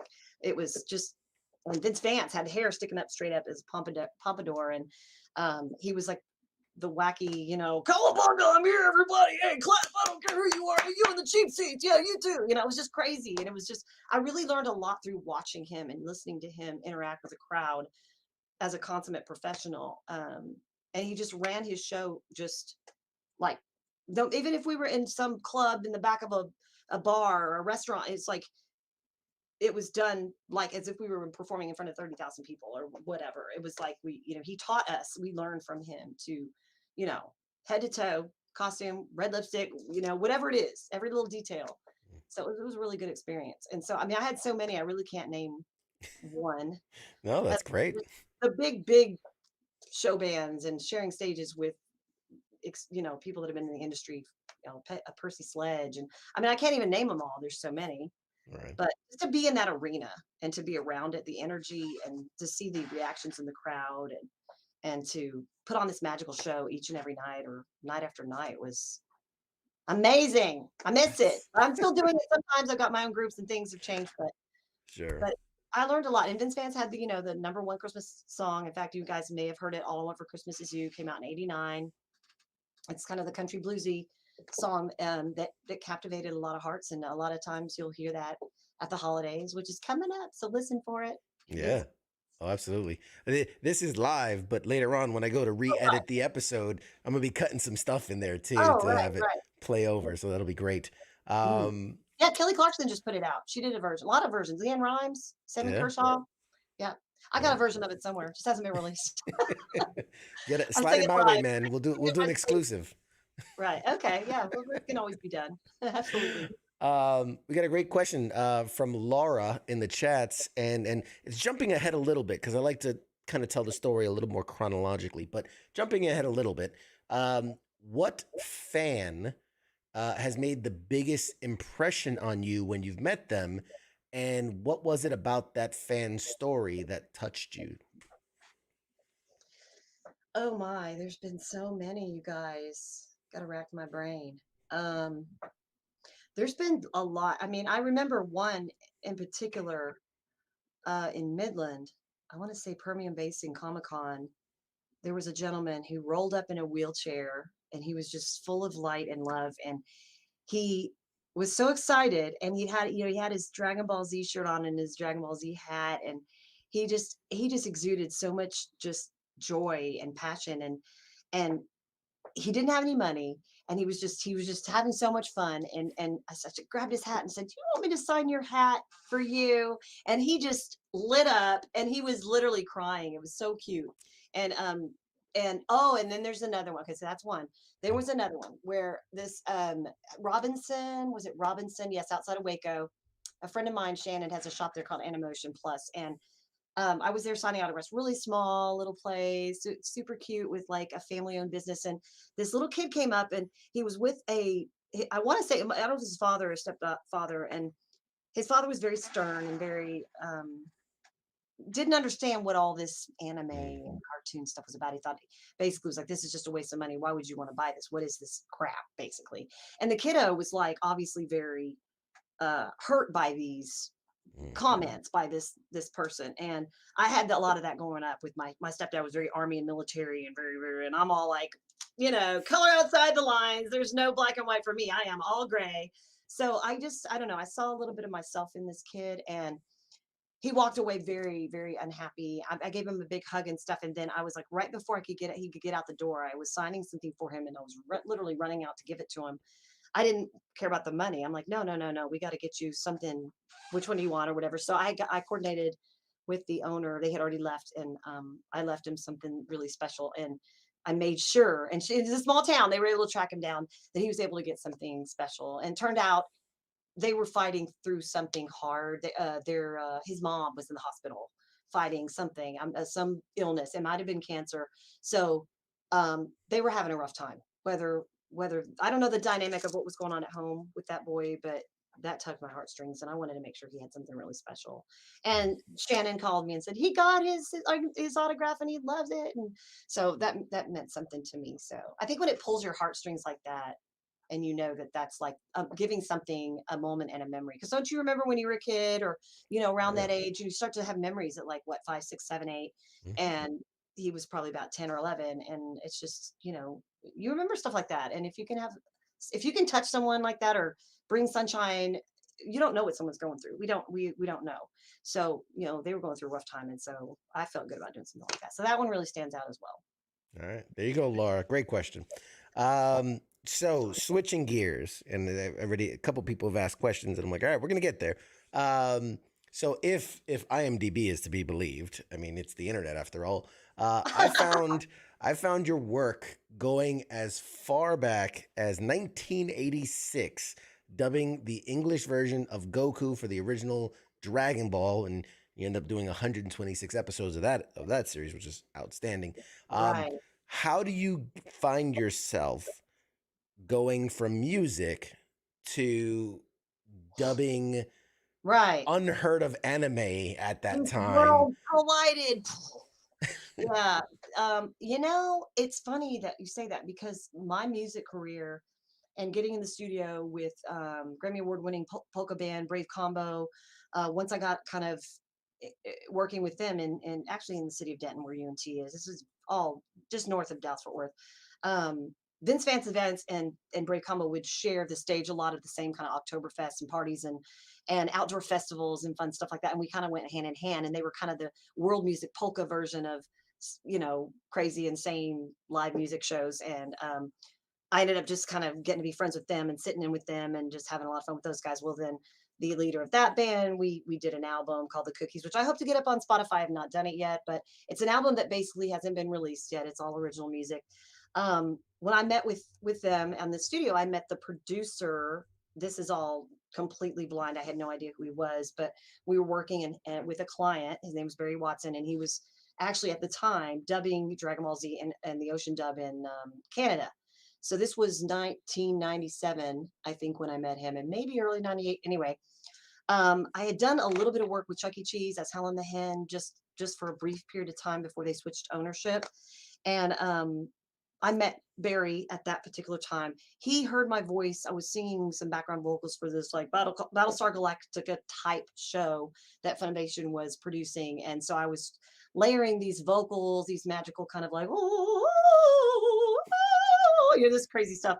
And Barry asked me, have you ever done any voices, or do you do voice work? And I said, well, I do voices for fun all the time. I prank called my friends when I was growing up, and I mimicked, The Simpsons and Beavis and Butthead, all the time. So he gave me his information and he kept mine. And not long after, and less than a year later, he called me to come in and audition for Dragon Ball Z, which I knew nothing of, didn't know what it was, really small studio in Fort Worth. And showed up and auditioned for what I thought were, I'm a girl, I'll audition for the girl parts. I auditioned for, 4 or 5 girl parts, and Poir, Chi-Chi, Bulma, the fans will know who these are. And thought, okay, well, that was fun. I hope they liked it. But they asked me to do a kid voice. I grew up with brothers. We all grew up with kiddos in school. So I channeled, is this a boy voice? How's this? And they said, just add a little more rasp. And I did. And I got called back pretty quick, about a week later, and they asked me to dub the voice, be the voice of Gohan. I was like, I'm the voice of Gohan. Who's that?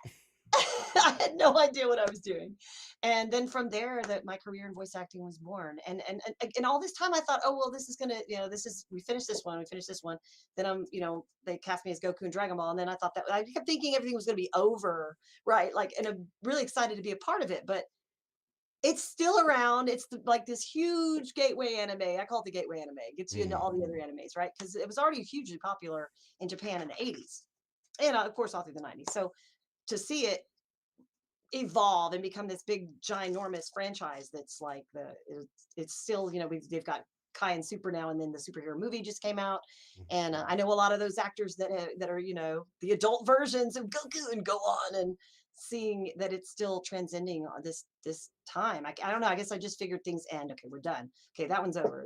I just feel like it's over, but this one is not over at all. It's like it's my livelihood right now is Comic-Cons and appearances and interviews, and it's all kind of goes back to that franchise that kind of put me on the map in the industry when I thought for sure it'd be singing. I mean, why wouldn't it be singing, right?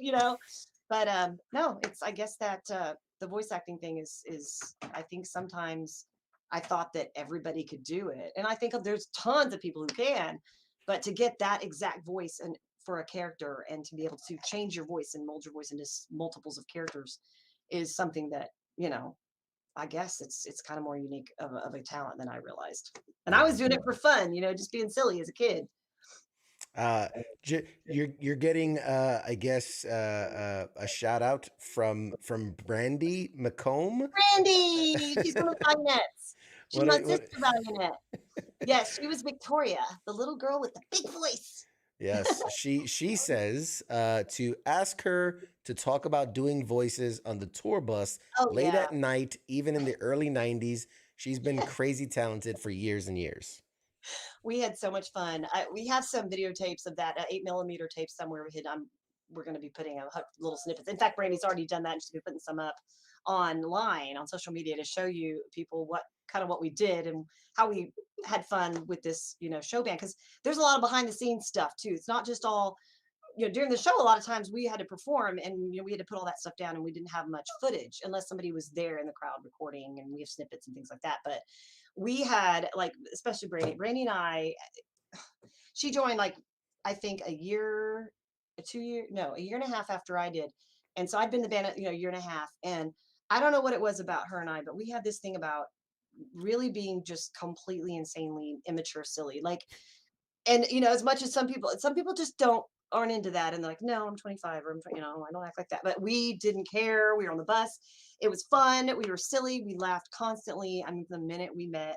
So Brandy would be right there with me when we were doing these voices, and I don't know, we would make up, like, she would sing like Annie, and then we'd trade off, and I'd sing a verse of Annie's song, maybe far away, and she'd be, oh, maybe real nearby. We would just go back and forth, and we put our hair in pigtails and, talk like kids. And Beavis and Butthead, I think we did. And she could do Cher, and so we would do Cher. We would imitate, of course I had to imitate Donna Summer. And we would just go back and forth and have so much fun. And we do have some of this on recordings, but they're not really very clear, but they're out there, and we're getting to them. We just haven't, been able to put much of it online yet. But I mean, we do anything from making up songs to be, we'd sing a song called "I Got the Beefaroni Blues," and she'd be pouring her beefaroni, and we'd heat up beefaroni. We were on the road, we had to, like, find creative ways to eat when there was no restaurants. It'd be like, we don't stop for 3 or 4 hours, and then we're starving, and I don't know. So yeah, Brandy was a big part. We still are. I still call her sometimes and leave messages. Like, some of the fans that would come out, I would learn how to mimic their voices, not making fun of them, but just trying to mimic impressions. that. Sure.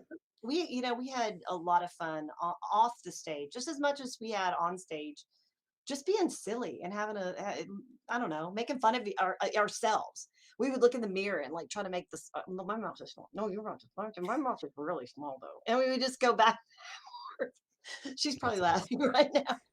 She is. She's laughing in the chats. Yeah. So I'm curious. We were talking about the anime stuff, and when you just switched over, kind of from music, and found yourself doing these anime voices, these characters. Right. I'm curious. Do you remember, like, what your thought was at first, like, doing this and seeing the animation, or even maybe seeing that first episode come out and hearing your voice come through this boy mouth? Like, what did you think of it all? It was crazy, because I mean, I remember doing it. And I remember not being confident in the industry at all yet. I had never really, done it for fun, but never done it as a profession, as a job. You show up, this is your time, this is your session. And I just remember early on just kind of having these feelings of self-esteem issues, like, oh my gosh, I don't know, they might not like me, so they might not like me, and I might not get to do this ever again, or, I don't know, just basic stuff. Being in the industry of, getting tons of rejection, tons of no's. Even to this day, I'm constantly auditioning, not anything in the works at all with voice acting, and that's fine. If you don't try, you got to keep trying, and you just get a lot more no's than yeses most of the time. And I'm sure a lot of people in the industry right now, even extremely successful people, can tell you that it takes a trillion million no's to get your one yes. And some of those yeses are little, some of them are huge. Being there at that day at that audition, you literally changed my life. I'm still working in the industry now, strictly right now, over the nostalgia of Dragon Ball Z. And it's like, wow, what a blessing is that? And it got me out of the darkest days of my life, when, before the pandemic, there was a lot of things that happened in my life, and I couldn't be a mom. And there were just all these things, missing my mom and not being able to have family. And it basically, I got lost, and it gave me purpose, because now I can get face to face with my fans. I can get some validation in knowing I did some good things, and that I can do good things again, and continue to try to inspire, and that kind of thing. So I look back at it now, and I'm like, I feel like I can relate to Gohan and his dad's, and his dad had died, and it's like my mom behind me going, you can do it, Stephanie, you can do it, you can do it, whatever. And So yeah, but I just remember early on being like, I don't know if I'm going to be good at what do they want from me. And then once I got through the first couple sessions, and they would use the voice reference in my headphones, 2 or 3 months later. Sometimes we weren't in very often. Then I'd basically start mimicking myself. And then after a few sessions, I knew exactly where to go in the throat. And then when Goku came along, I just pitched everything up and then tried to utilize my acting skills to work on delivery and things like that. So, but to hear it and see it on TV and to be able to share that moment with my mother while she was fighting her cancer was like cathartic. I mean, she was literally on the couch in her little cap and she'd been through chemo, and we were watching it on TV, like when it was airing. Like there's something really special and magical about that. Or like you do an ad or a radio ad and then you hear it on the radio while you're driving down the road. Or it's like, it's not like you're just pushing play. It's different. It's like it's on the air. People are watching and listening to this right now, and I'm experiencing it. So that was when I realized, wow, this is kind of a big deal. This is on Cartoon Network. Like I didn't know where it was going at first. I didn't know where I was going to see it or hear it. And I was getting VHS tapes, hey, you're on this tape or you're on this. I didn't realize that it was going to be seen so worldwide, all over the world in different languages everywhere. In fact, Brandy might remember in Italy, we saw Dragon Ball Z stuff in the souvenir shops about a year and a half after I was cast. And then I turned on the TV in Italy, Naples, Italy, my little TV in my little room. There's Gohan speaking in Italian. It's like, this is crazy. I had no idea it was so popular. Yeah. To this day, I'm blown away by it. I'm so humbled by how crazy huge the show is. I'm curious, you being closer than pretty much anyone to that source material and to the characters. And do you have is there an idea or a thought in the psychology of like, why is it so popular? Because there's hundreds, if not thousands of animes. At this point in time, they've all been dubbed at this point. What do you think is it about specifically Dragon Ball Z that captured so many? I think it's just the story is very well written. I mean, Akira Toriyama is a genius. And I think that the characters had so much dimension. And I think that kids, I mean, all ages, but my experience as far as the OG Dragon Ball Z, where you're talking like 98, 99, I guess more like, 99 through like 2008 or 9. Most of my fans are in their 30s or maybe close to 40, but at the time they were, anywhere from 4 to 12. I don't know. I'm just kind of guessing. I do remember that when I first did my first convention at the San Diego Comic-Con in 2000, I completely lost my voice because I was having to prove to these kids that I was the voice of Gohan. You're a girl, but you're a girl. I know. And I just remember being completely like doing the voice all day long for like 3 days. But I had to prove it, right? They were like, you're a girl though. I know, but I'm Gohan. Can't you tell?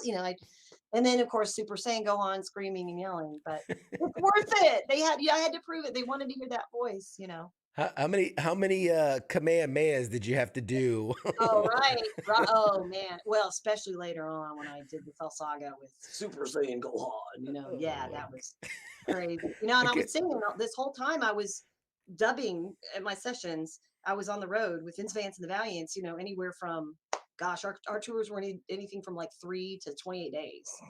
So my voice was, all of us, my voice was taking a beating, but I think that's where I learned how to just find a way to have resilience, and by using my voice and practicing and vocalizing and learning what's good for my voice, take care of my voice, trying to drink water. Sleep did amazing things. We'd get on that tour bus and we would sleep for hours, and we'd be like powerhouses by showtime. Even if we had no voice, we were sick, we had, coughing and hacking all day. And then when it came showtime, it was like, where the boys are. I mean, it would just come out of like, you sleep all day and then you can just, the last minute, I think I can do this.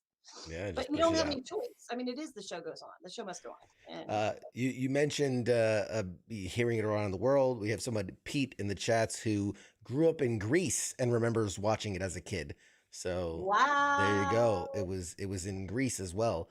Question the from first donuts were invented. That's right. That's right. A dad joke alert. That Italy tour, we actually went to Greece there. We did a naval base tour, and so I didn't see Dragon Ball Z there at the time, but I hope you love it out there in Greece as much. I don't know if they do subtitles or if you hear our voices and read, or if it's dubbed in Greek. That's a great question. From Scott in the chats, did you ever watch the subtitled anime just to get a sense of the tone of certain scenes, or did you just do it completely in the blind? Total blind. I don't know about, so I think some of the other actors have different stories. I know they all have different origin stories, but for me personally, there was no voice reference, which I think I thought that I would be better at it had I been given that choice. But I wasn't even shown a picture of Gohan. Like I had no idea really what I was doing. I was just, okay, let's be a little boy, or what are we gonna do now? Yeah, you know. And so I don't know why I mean, maybe there was a reason behind that. I know that the woman that was dubbing Gohan in Canada was also a singer. I met her recently at ComeaCon 4. And so I think the director, having directed her and knowing her voice, knowing that she was a singer, knowing that she had a certain, I always want to say timbre, it's timbre, my voice. He just thought, well, maybe she can kind of sound like the Gohan that we've already been working with. And I think that's what happened there. And then once we started dubbing, there was still no voice reference. I could only see the character and his mouth moving. So I don't know. There was probably a reason behind that with the director. It didn't bother me. I mean, I just kind of followed direction and that was fine. But yeah, there was very little information given until it was time to actually be cast and go in for my first session. And that's when the director was like, okay, here's what's going on. Let me tell you a little bit about Gohan. Let me tell you about where we're because we started at like episode 54, which was kind of like, we were kind of thrown into wherever they left off, which is the Ginyu Saga. So, but as I came in, you know, if there was something that I wasn't capturing the emotion, we give it a try. And if it wasn't like higher stakes enough, you know, once we'd see it, be like, oh, I know what to do. And then they would just rewind the tape and try it again. And that's kind of how we did it. And that's how we voiced. Three beep, or the imaginary third beep is when you start. And if you didn't get it the first time, you could keep voicing wild, and sometimes they could slide it into place. So Perfectly. How we did it back in the day. Okay, so I was going to ask, since you've done both kind of the English dubbing for what is already in existence, and I know you've even done original voices, what are, for the layperson here that's watching, what are the challenges of each, doing the dub or doing the original voice? They're different. I mean, obviously you have to be able to have the voice first. You have to be able to create the voice that the director's looking for. That has to be established. And then from then on, it's about, you know, reading the script. There's a little bit of mic technique involved, although that's usually a technical thing they can change, like where the microphone is. There was actually an added challenge for us because we had paper scripts and we were in a tiny little booth, and some of my lines, I mean, I can't just do standing still. I mean, I got to be like, because they're fighting. And I found myself being able to create those sounds and those exertions by actually kind of acting out what I'm watching, which helped, you know, with the dubbing and the mouth placement and the sound you're producing and things like that. So it was a challenge to not just smack into everything, you know, like, whoops, sorry, you got to try that again. So you just kind of had to watch yourself so there would be no, you know, I think excessive mouth noise, and it sounds really gross, but like, you know, those little noises you make if you've got like, I don't know, if you're sick or you've got like too much mucus in your throat, you know, noises, nasal noises and things like that. But the thing is you can fix that when you're there. But there were times when some of that stuff would escape us and we'd just come back the next time they needed us and we would knock out the pickups and then move on to whatever else was there. So, but yeah, I think that my sense of timing, the dubbing came easy because I am a singer, musician, and a trained, you know, whatever I am, I'm a trained professional. But learning like the rhythms of the, you know, so he's talking, this is what he has to say, bop, bop, bop, bop, bop, bop. It's like, oh, wait, well, we got to go faster, you know, and then you do it again and you try to make it match. And then the directors are really good about that too, because then they'll say, okay, we'll try it like this. Oh, that's too long. We need to remove a word. And that was at their discretion. So it's just a matter of following their instruction. And sometimes the director would give me a flat out read, and then I'd mimic that tone, that style in Gohan's voice. Some actors are like, no, don't do that. Well, I don't care. As long as we get what you want, I'm fine with mimicking their tone. Sure. Yeah, makes sense. Or the timing, And you've done in a number, a large number of the games as well, doing the voices for the games. What's the challenge then taking this voice to video games? Man, I remember the video games were very different. There was not a lot of dialogue.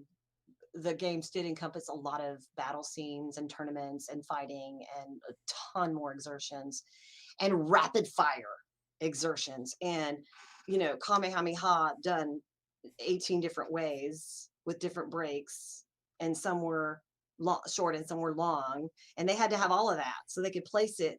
So, and then the difference with that one is we weren't dubbing anything. We were basically just following direction, and we would literally have these scripts that would say like TSST, and it's like, what is that?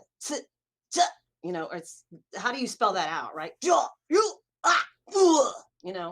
just had to guess. Like I said, a lot of times the director at the video games would say, this is what it sounds like, go ja, and I'd be ja, and then they'd say louder, longer, and then I just remember it was a lot of rapid fire, slam packed into, even if it was like just an hour of just straight nonstop. So usually by the time I was done with the session, my head was pounding and I just needed a ton of water and I just needed to chill and just not talk to anybody for a few hours. But I think the pay scale's a little better for games too. So I think that's thrown into the mix, knowing that it's going to be much more trying to get through and to, really, really challenges your voice and your body and your, on your throat like that. So you brought up an interesting point of like specifically with like the Kamehameha and how it can be kind of drawn out. Do you remember like what's the longest one you've done? Was it like a 3-minute long? Because some of these it felt like the whole episode. Right, I have to go back and listen to them, and some of the fans or some of the thanks to YouTube and different things like that, and social media, people can put up little different. Oh, remember this scene, remember this scene. So it was done a long time ago. And I do remember a lot of the really long ones with the Cell Saga with Gohan and spreading them out. And then these pregnant pauses in between. And then the flash from here to there. And then he's still, it's like it just goes on and on and on.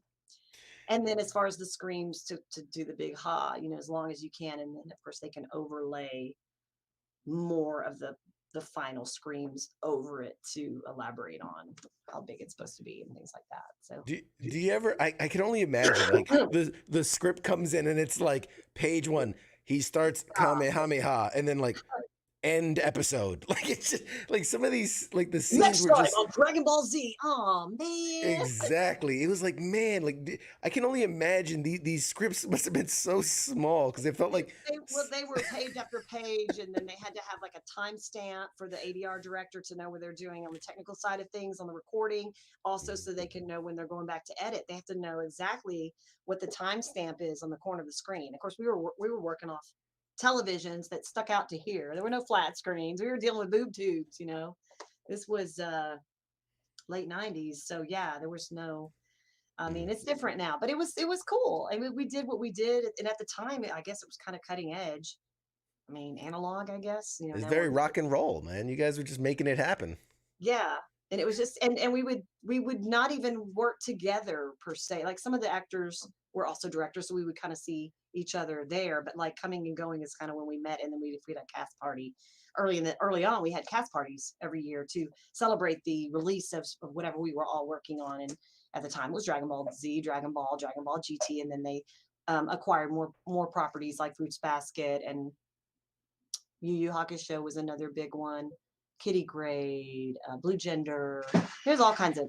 The company just kept growing, and now it's so big. There's people from all over. It was Funimation, then Sony. Now it's Crunchyroll. So it's just bigger and crazier than ever. And it's just so competitive. So much talent in Dallas Fort Worth. Wow, that's crazy. Yeah. And we're already we're getting close to the hour, so like I got a couple more questions for you, and then we'll let you go. But this is such Oh, a cool. unique experience to see behind the scenes and to hear It your story. was You cool. know, It's cool.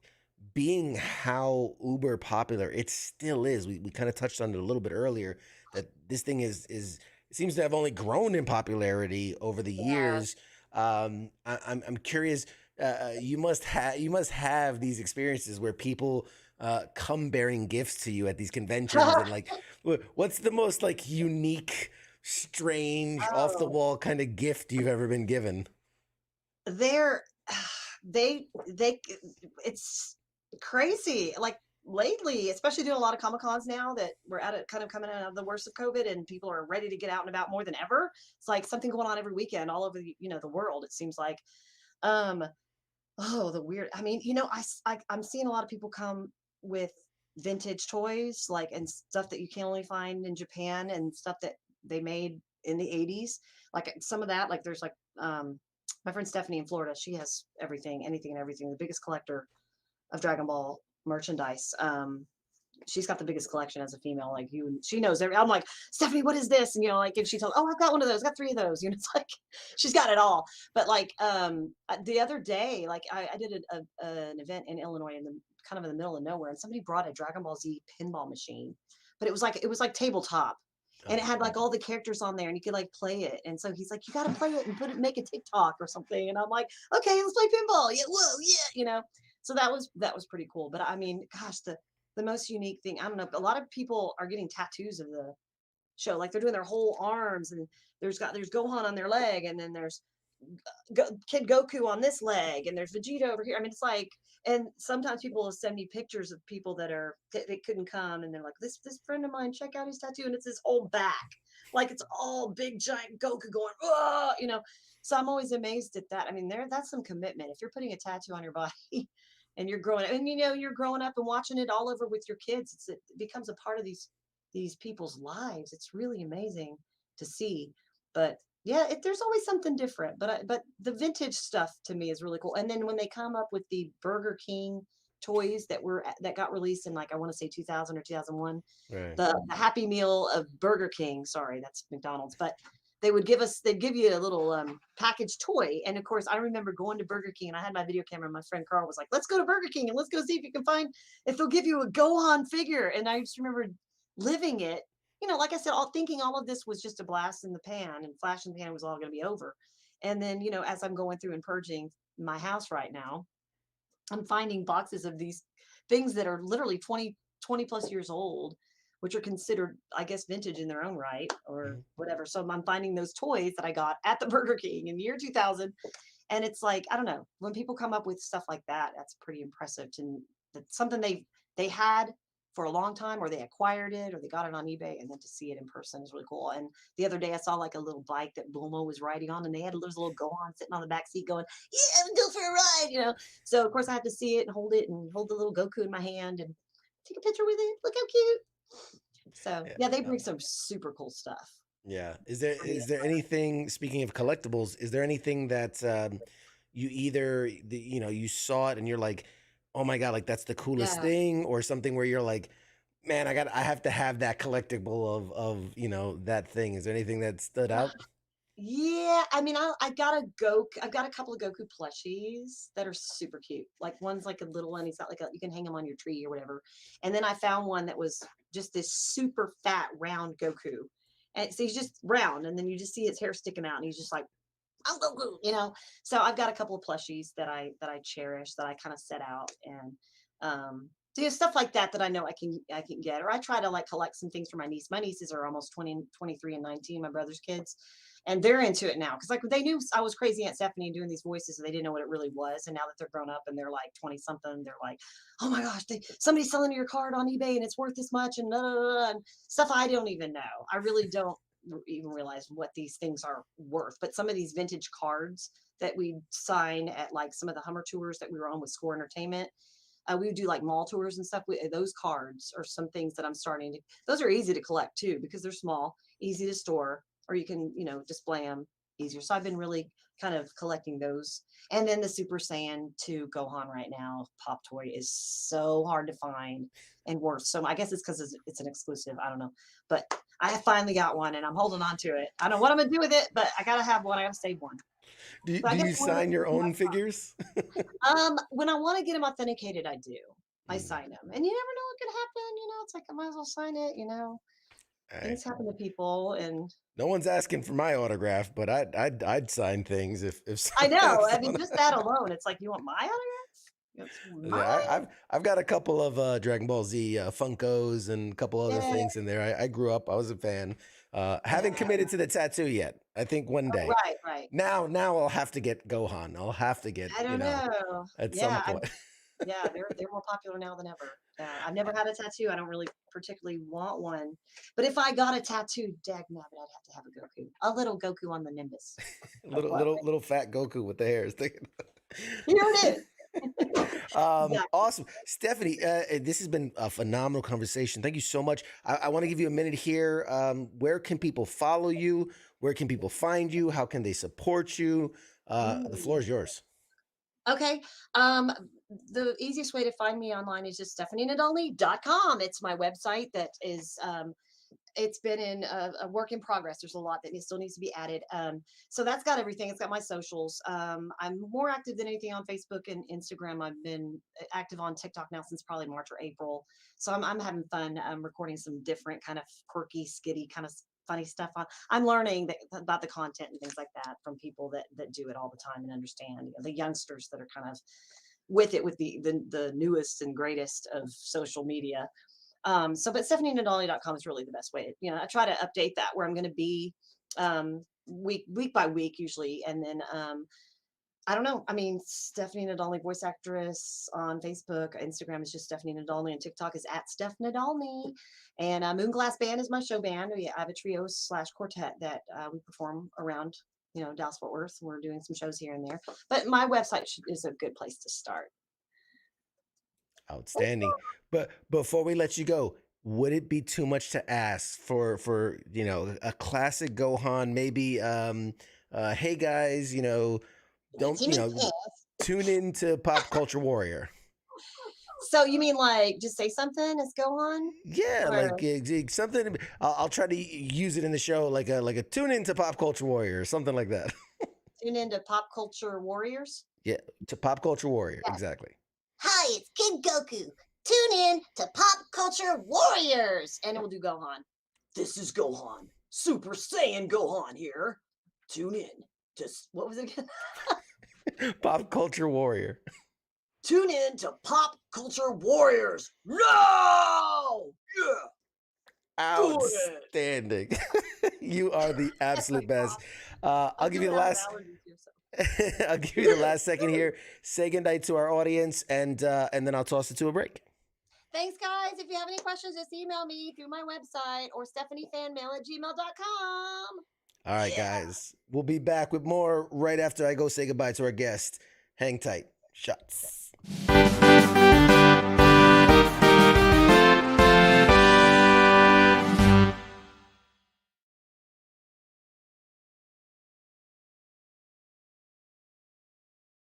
You're listening to the sounds of WTF Nation Radio.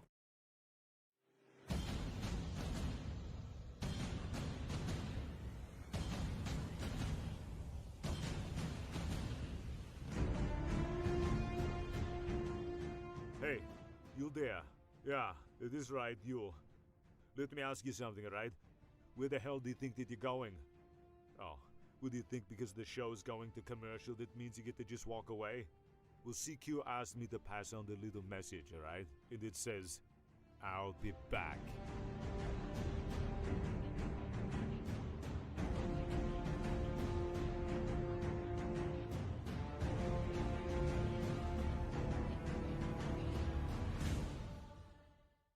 After all I've done, do you love me now? Do you love me now? After all I've said, running through your head, do you love me now? Do you love me now?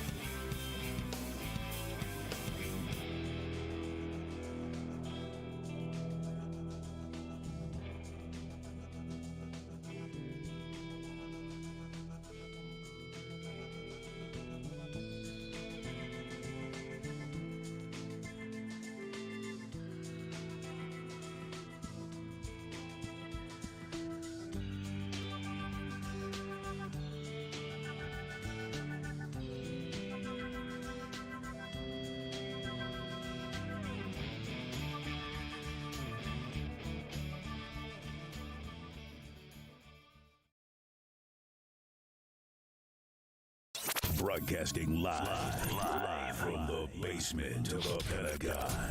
This is WTF Nation Radio.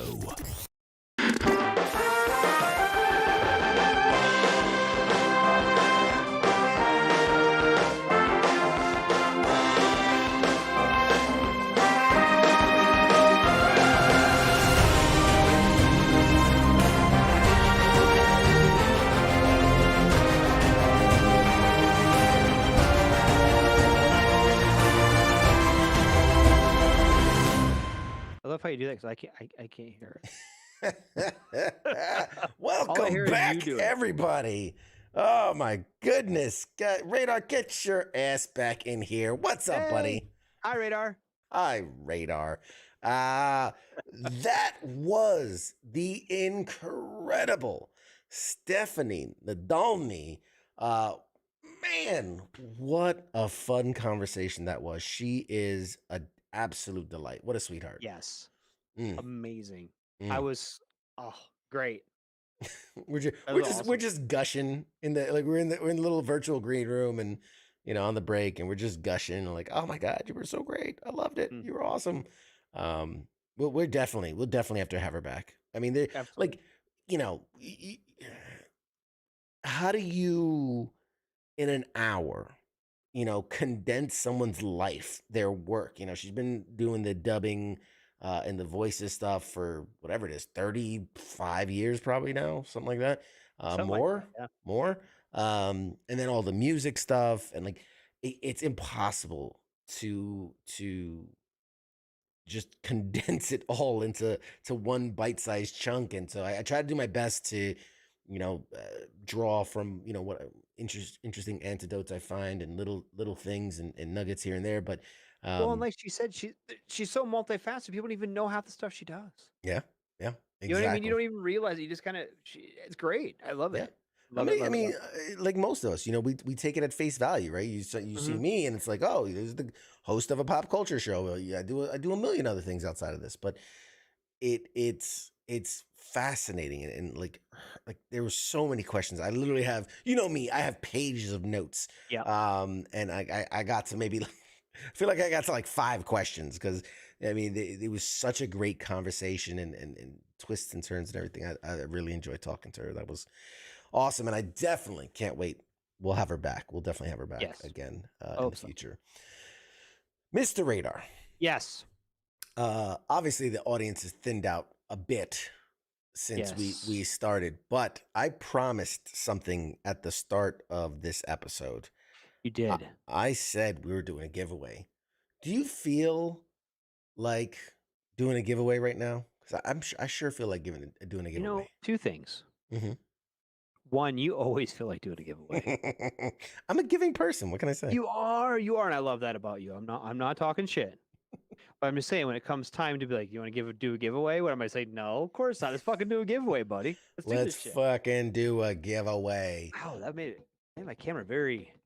I was trying to do a drum roll for you, but it's my camera. You can't even hear it. Can you even hear it on the? It's like a poppy sound. My mic is buffering it out like it's supposed to. I want to give, if we're gonna do, and we're gonna do a couple, because I feel like we hit I think 1,000 on the Facebook, and we hit 1,000 on the YouTube, and we hit like the top 250 on the Twitter and all that. So we got to give away a couple. But okay, how should we handle this? Because obviously our wonderful patron members who support the channel are automatically entered to give away.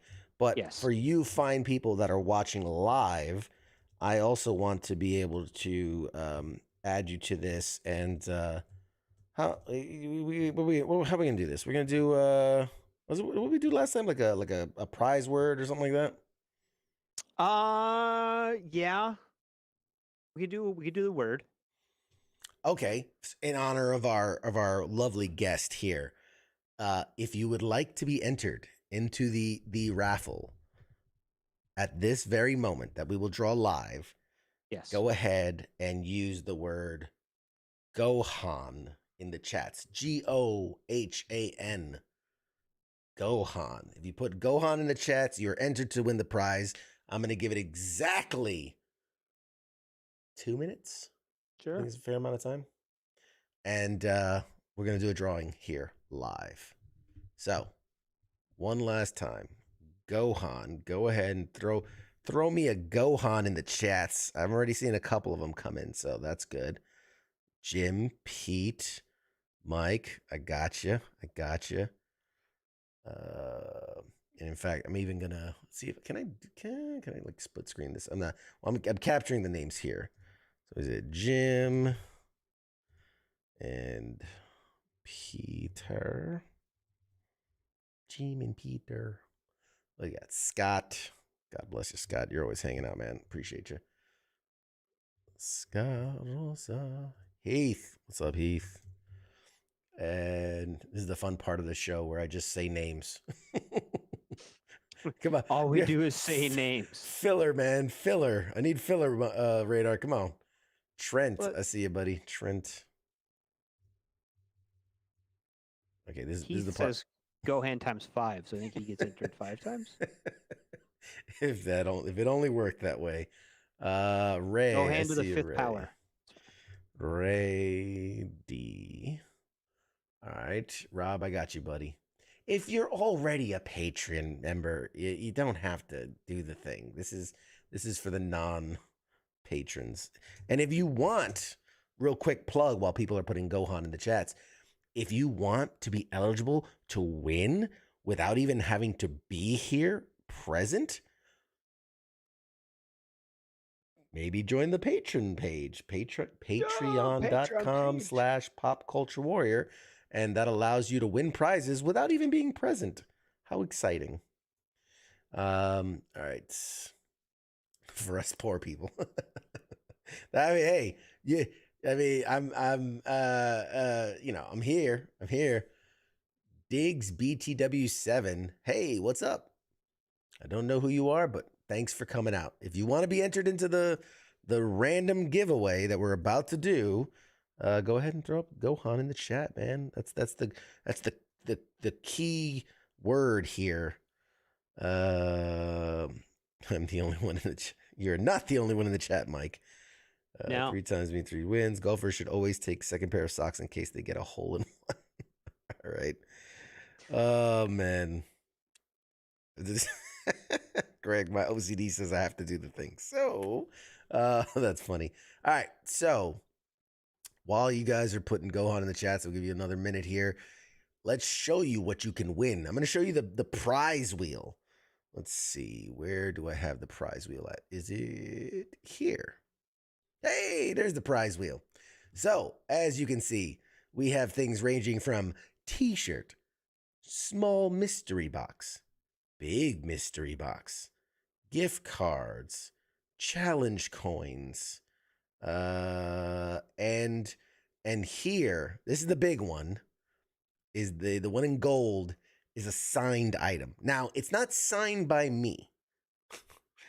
That's too expensive. But no, I have a couple of very, very limited edition items signed by Hollywood celebrities, directors, actors, comedians, whatever.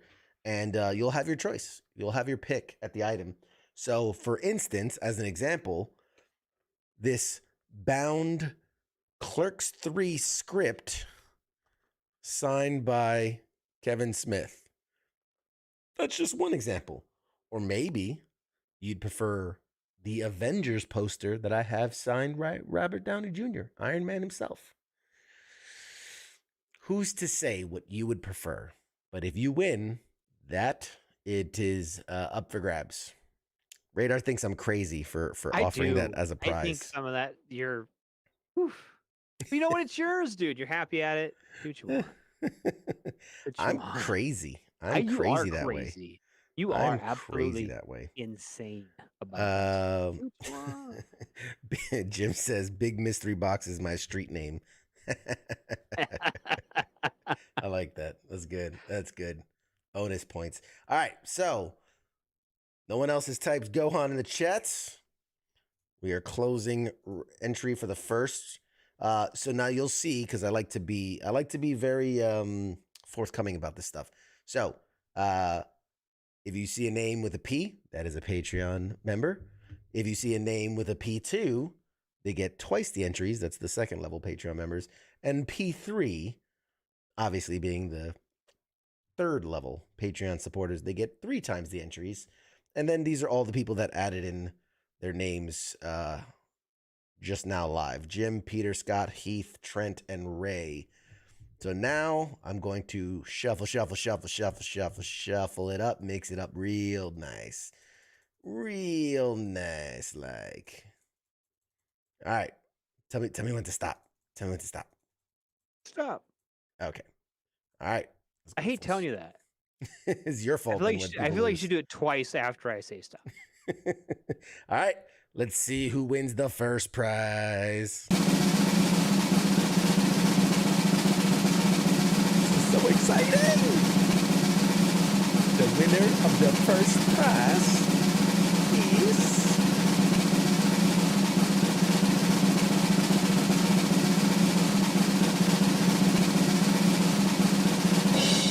God, stop so slow.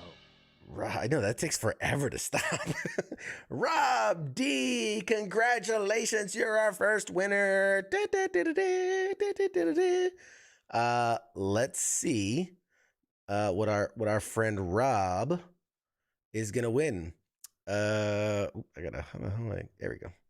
Get out of that. And here's our big prize wheel. And don't go anywhere, folks.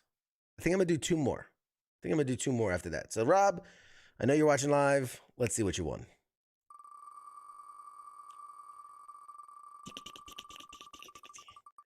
Ooh, it's coming around. And he won.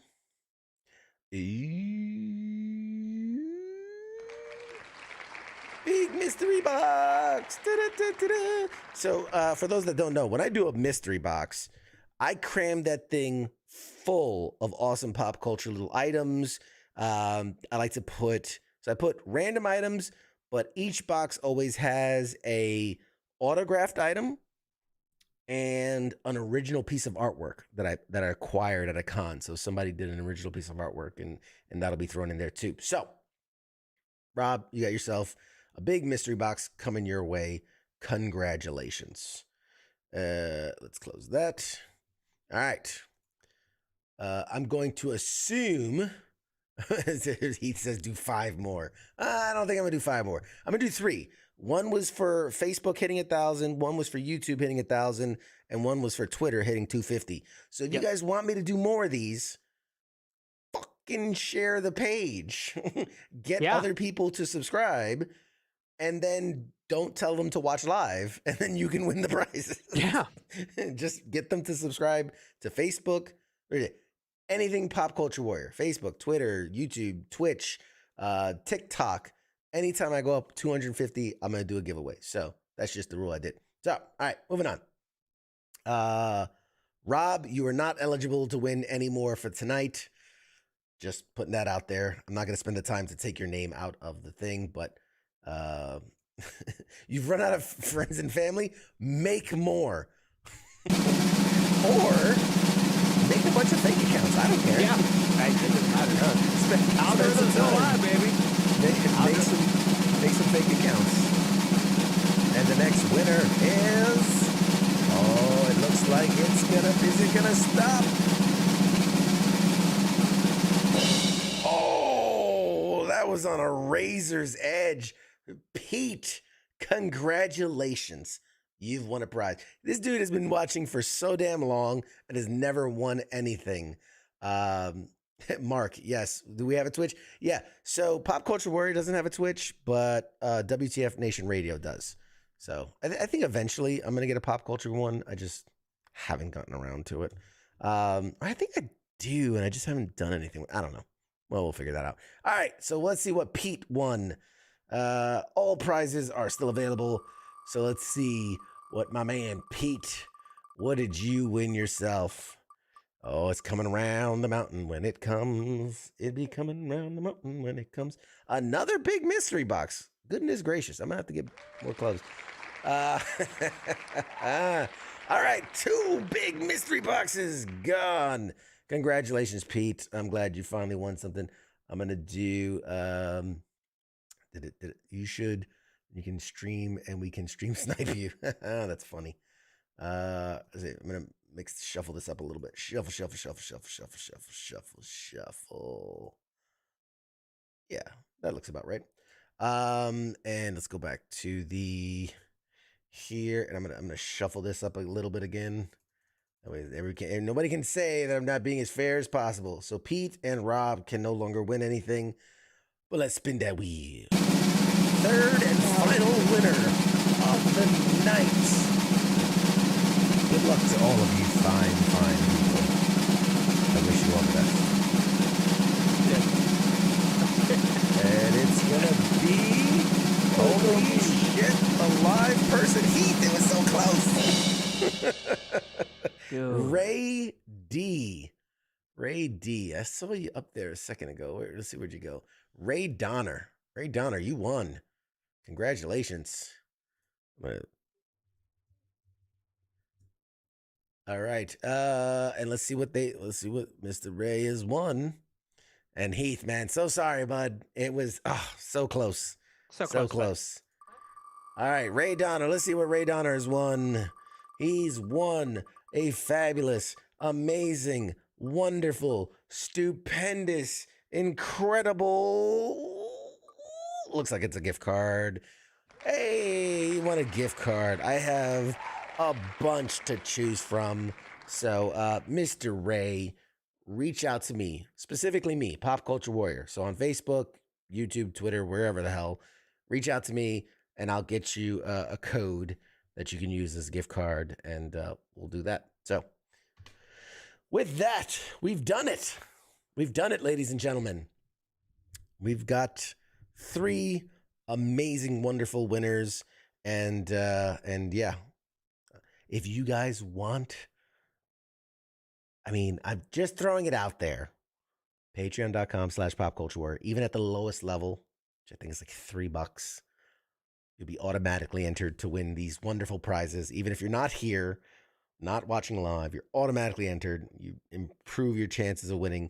Also, use unique swag that's available to you, and you'll get to hear a lot of behind-the-scenes stuff that I don't talk about here on the air, and some pretty big things that are happening. Radar, you know what I'm talking about. Some pretty big things happening. I know exactly what you're talking about. Behind the scenes that we're not ready to talk about, but I am, just because I would explode if I don't. I am sharing about it there. So, with that,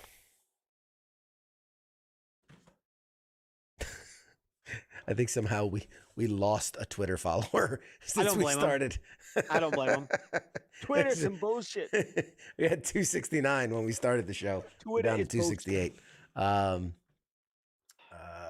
They probably got kicked off Twitter for listening to our fucking bullshit. That's probably what happened. Anywho, with that, I think it's a good place as any to end it. Thank you guys for hanging out with us. Congratulations to our winners. I love giving stuff away. I really do. It's stupid how excited I am in my head. I'm already like, okay, I already know I'm gonna put in some of these things and some of those things. Like all those drawers back there. That's funny. That's funny, Rob. Scott. They didn't win, so they unfollowed. Yeah, they probably didn't. Rob says that was it was Elon Musk that stopped unsubscribed. Anyway, yeah, I'm super excited because I already got a bunch of stuff in those cabinets that are going to be starting to get packed into boxes, and I'll give a gift card to our other winner. Yeah, with that, anything else, Radar? Anything else on the top of your mind? No, I don't think we have anything coming up too soon. Obviously, we got a couple things in the works. I know, like, I'll be at New York Comic Con in just like a week or so. And then Twin Tiers Comic Con and a couple other places. And Wasabi Con for WTF Nation Radio. That'll be coming up soon. Yeah, that's coming up pretty quick, right? That Wasabi Con? Wasabi Con, yep, in Jacksonville, Florida. So I'll be like... maybe. Well, if Jacksonville's still there... If Jacksonville's still there, we're going to be there. Wasabi Con will be there. I'll bring my floaties and we'll be fine.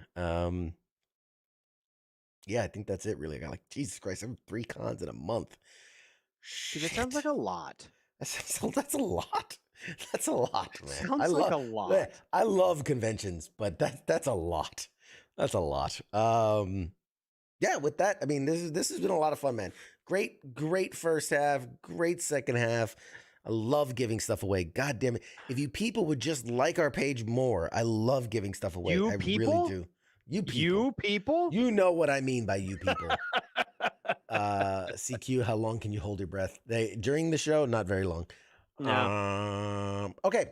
With that, Mr. Radar, would you do us the fine honor of please sharing with the fine folks listening at home what they can expect a typical week here at WTF Nation Radio? You have been listening to him, CQ, and me, Radar, Pop Culture Warrior, every Tuesday night, right? Cha. Now, Tuesday, or Wednesday, tomorrow, Dawn's a day of no scheduled activities. Sorry, I'm getting updates from my daughter. She had a soccer game tonight. I missed it because I'm. Anyway, so Wednesday, day off. Thursday, sergeant's time. ICE, Spanky, sergeanting. Big Army, National Guard Reserves, all kinds of cool shit. They're going to be there with bells on. I think. Are they back on Thursday? I don't know if ICE is going to be back or not. He's on a little vacation. He has some stuff. I think it might be next week. Might be next week, but I'm not sure. But either way, normally he'd be there on Thursday. If he's there, great. If he's not, understood. Now, Friday night, the aptly named Friday Night Freedom. Kaz and Pookie. They have all kinds of fun shit. Pookie may or may not be there. He's got to watch this stormy thingy coming in too. He lives on that East Coast area, so Kaz might have another co-host. Who knows? We got all kinds of people on deck. We got a whole bench full of people that can help out when needs to be done. Okay. Now, Saturday night, Sunday night, we're off work. We're watching some football. We'll be hanging out. We'll be drinking some burrs, whatever. Monday. We like this here. The Monday edition. Okay. ICE, Shipwreck, talking about some funny shit, current events, things that are happening. They're going to be there talking about some shit. Now, after Monday is Tuesday. Some people like tacos. Other people like Pop Culture Warrior. With him, CQ, me, Radar. Maybe we'll have tacos and be here both. We don't know yet. But we know we'll be here. Do we have a guest next week? I might have a recorded interview next week. Even better. Mm-hmm. Even better, because then there's no technical difficulties, which sometimes happens on our show. It's more surprising when things don't happen. That's right. Thing. When it goes smoothly, it's like, what is happening? Right, and we're gonna try to get that Twitter follower back between now and next week. I'm gonna hunt him down. I'm gonna find. I don't know who you are. I don't know where you are. I will find you. Go Browns. If it's brown, flush it down. And I don't know if Greg's still out there. If Greg was out there earlier, but I owe you one of these, buddy. It is in the mail, coming to you soon. So yes, keep an eye out. And Absolutely. With that, we've reached the end of another wonderful episode of Pop Culture Warrior. I'm your host, CQ. He is Radar, and we are out. We'll see you guys next week. Say goodnight, Radar. Night, Radar. All right, guys. We'll see you next week. Shots.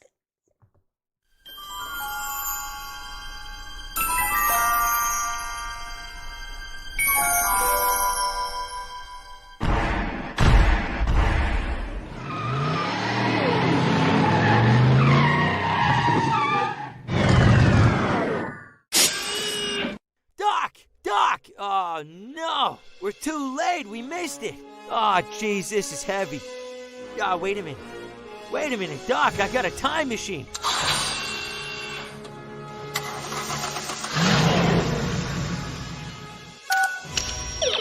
I'm just gonna punch in the coordinates. Pop Culture Warrior, Tuesday night, 8 p.m. Eastern Standard Time on WTF Nation Radio. Now crank this bad boy up to 88 miles per hour.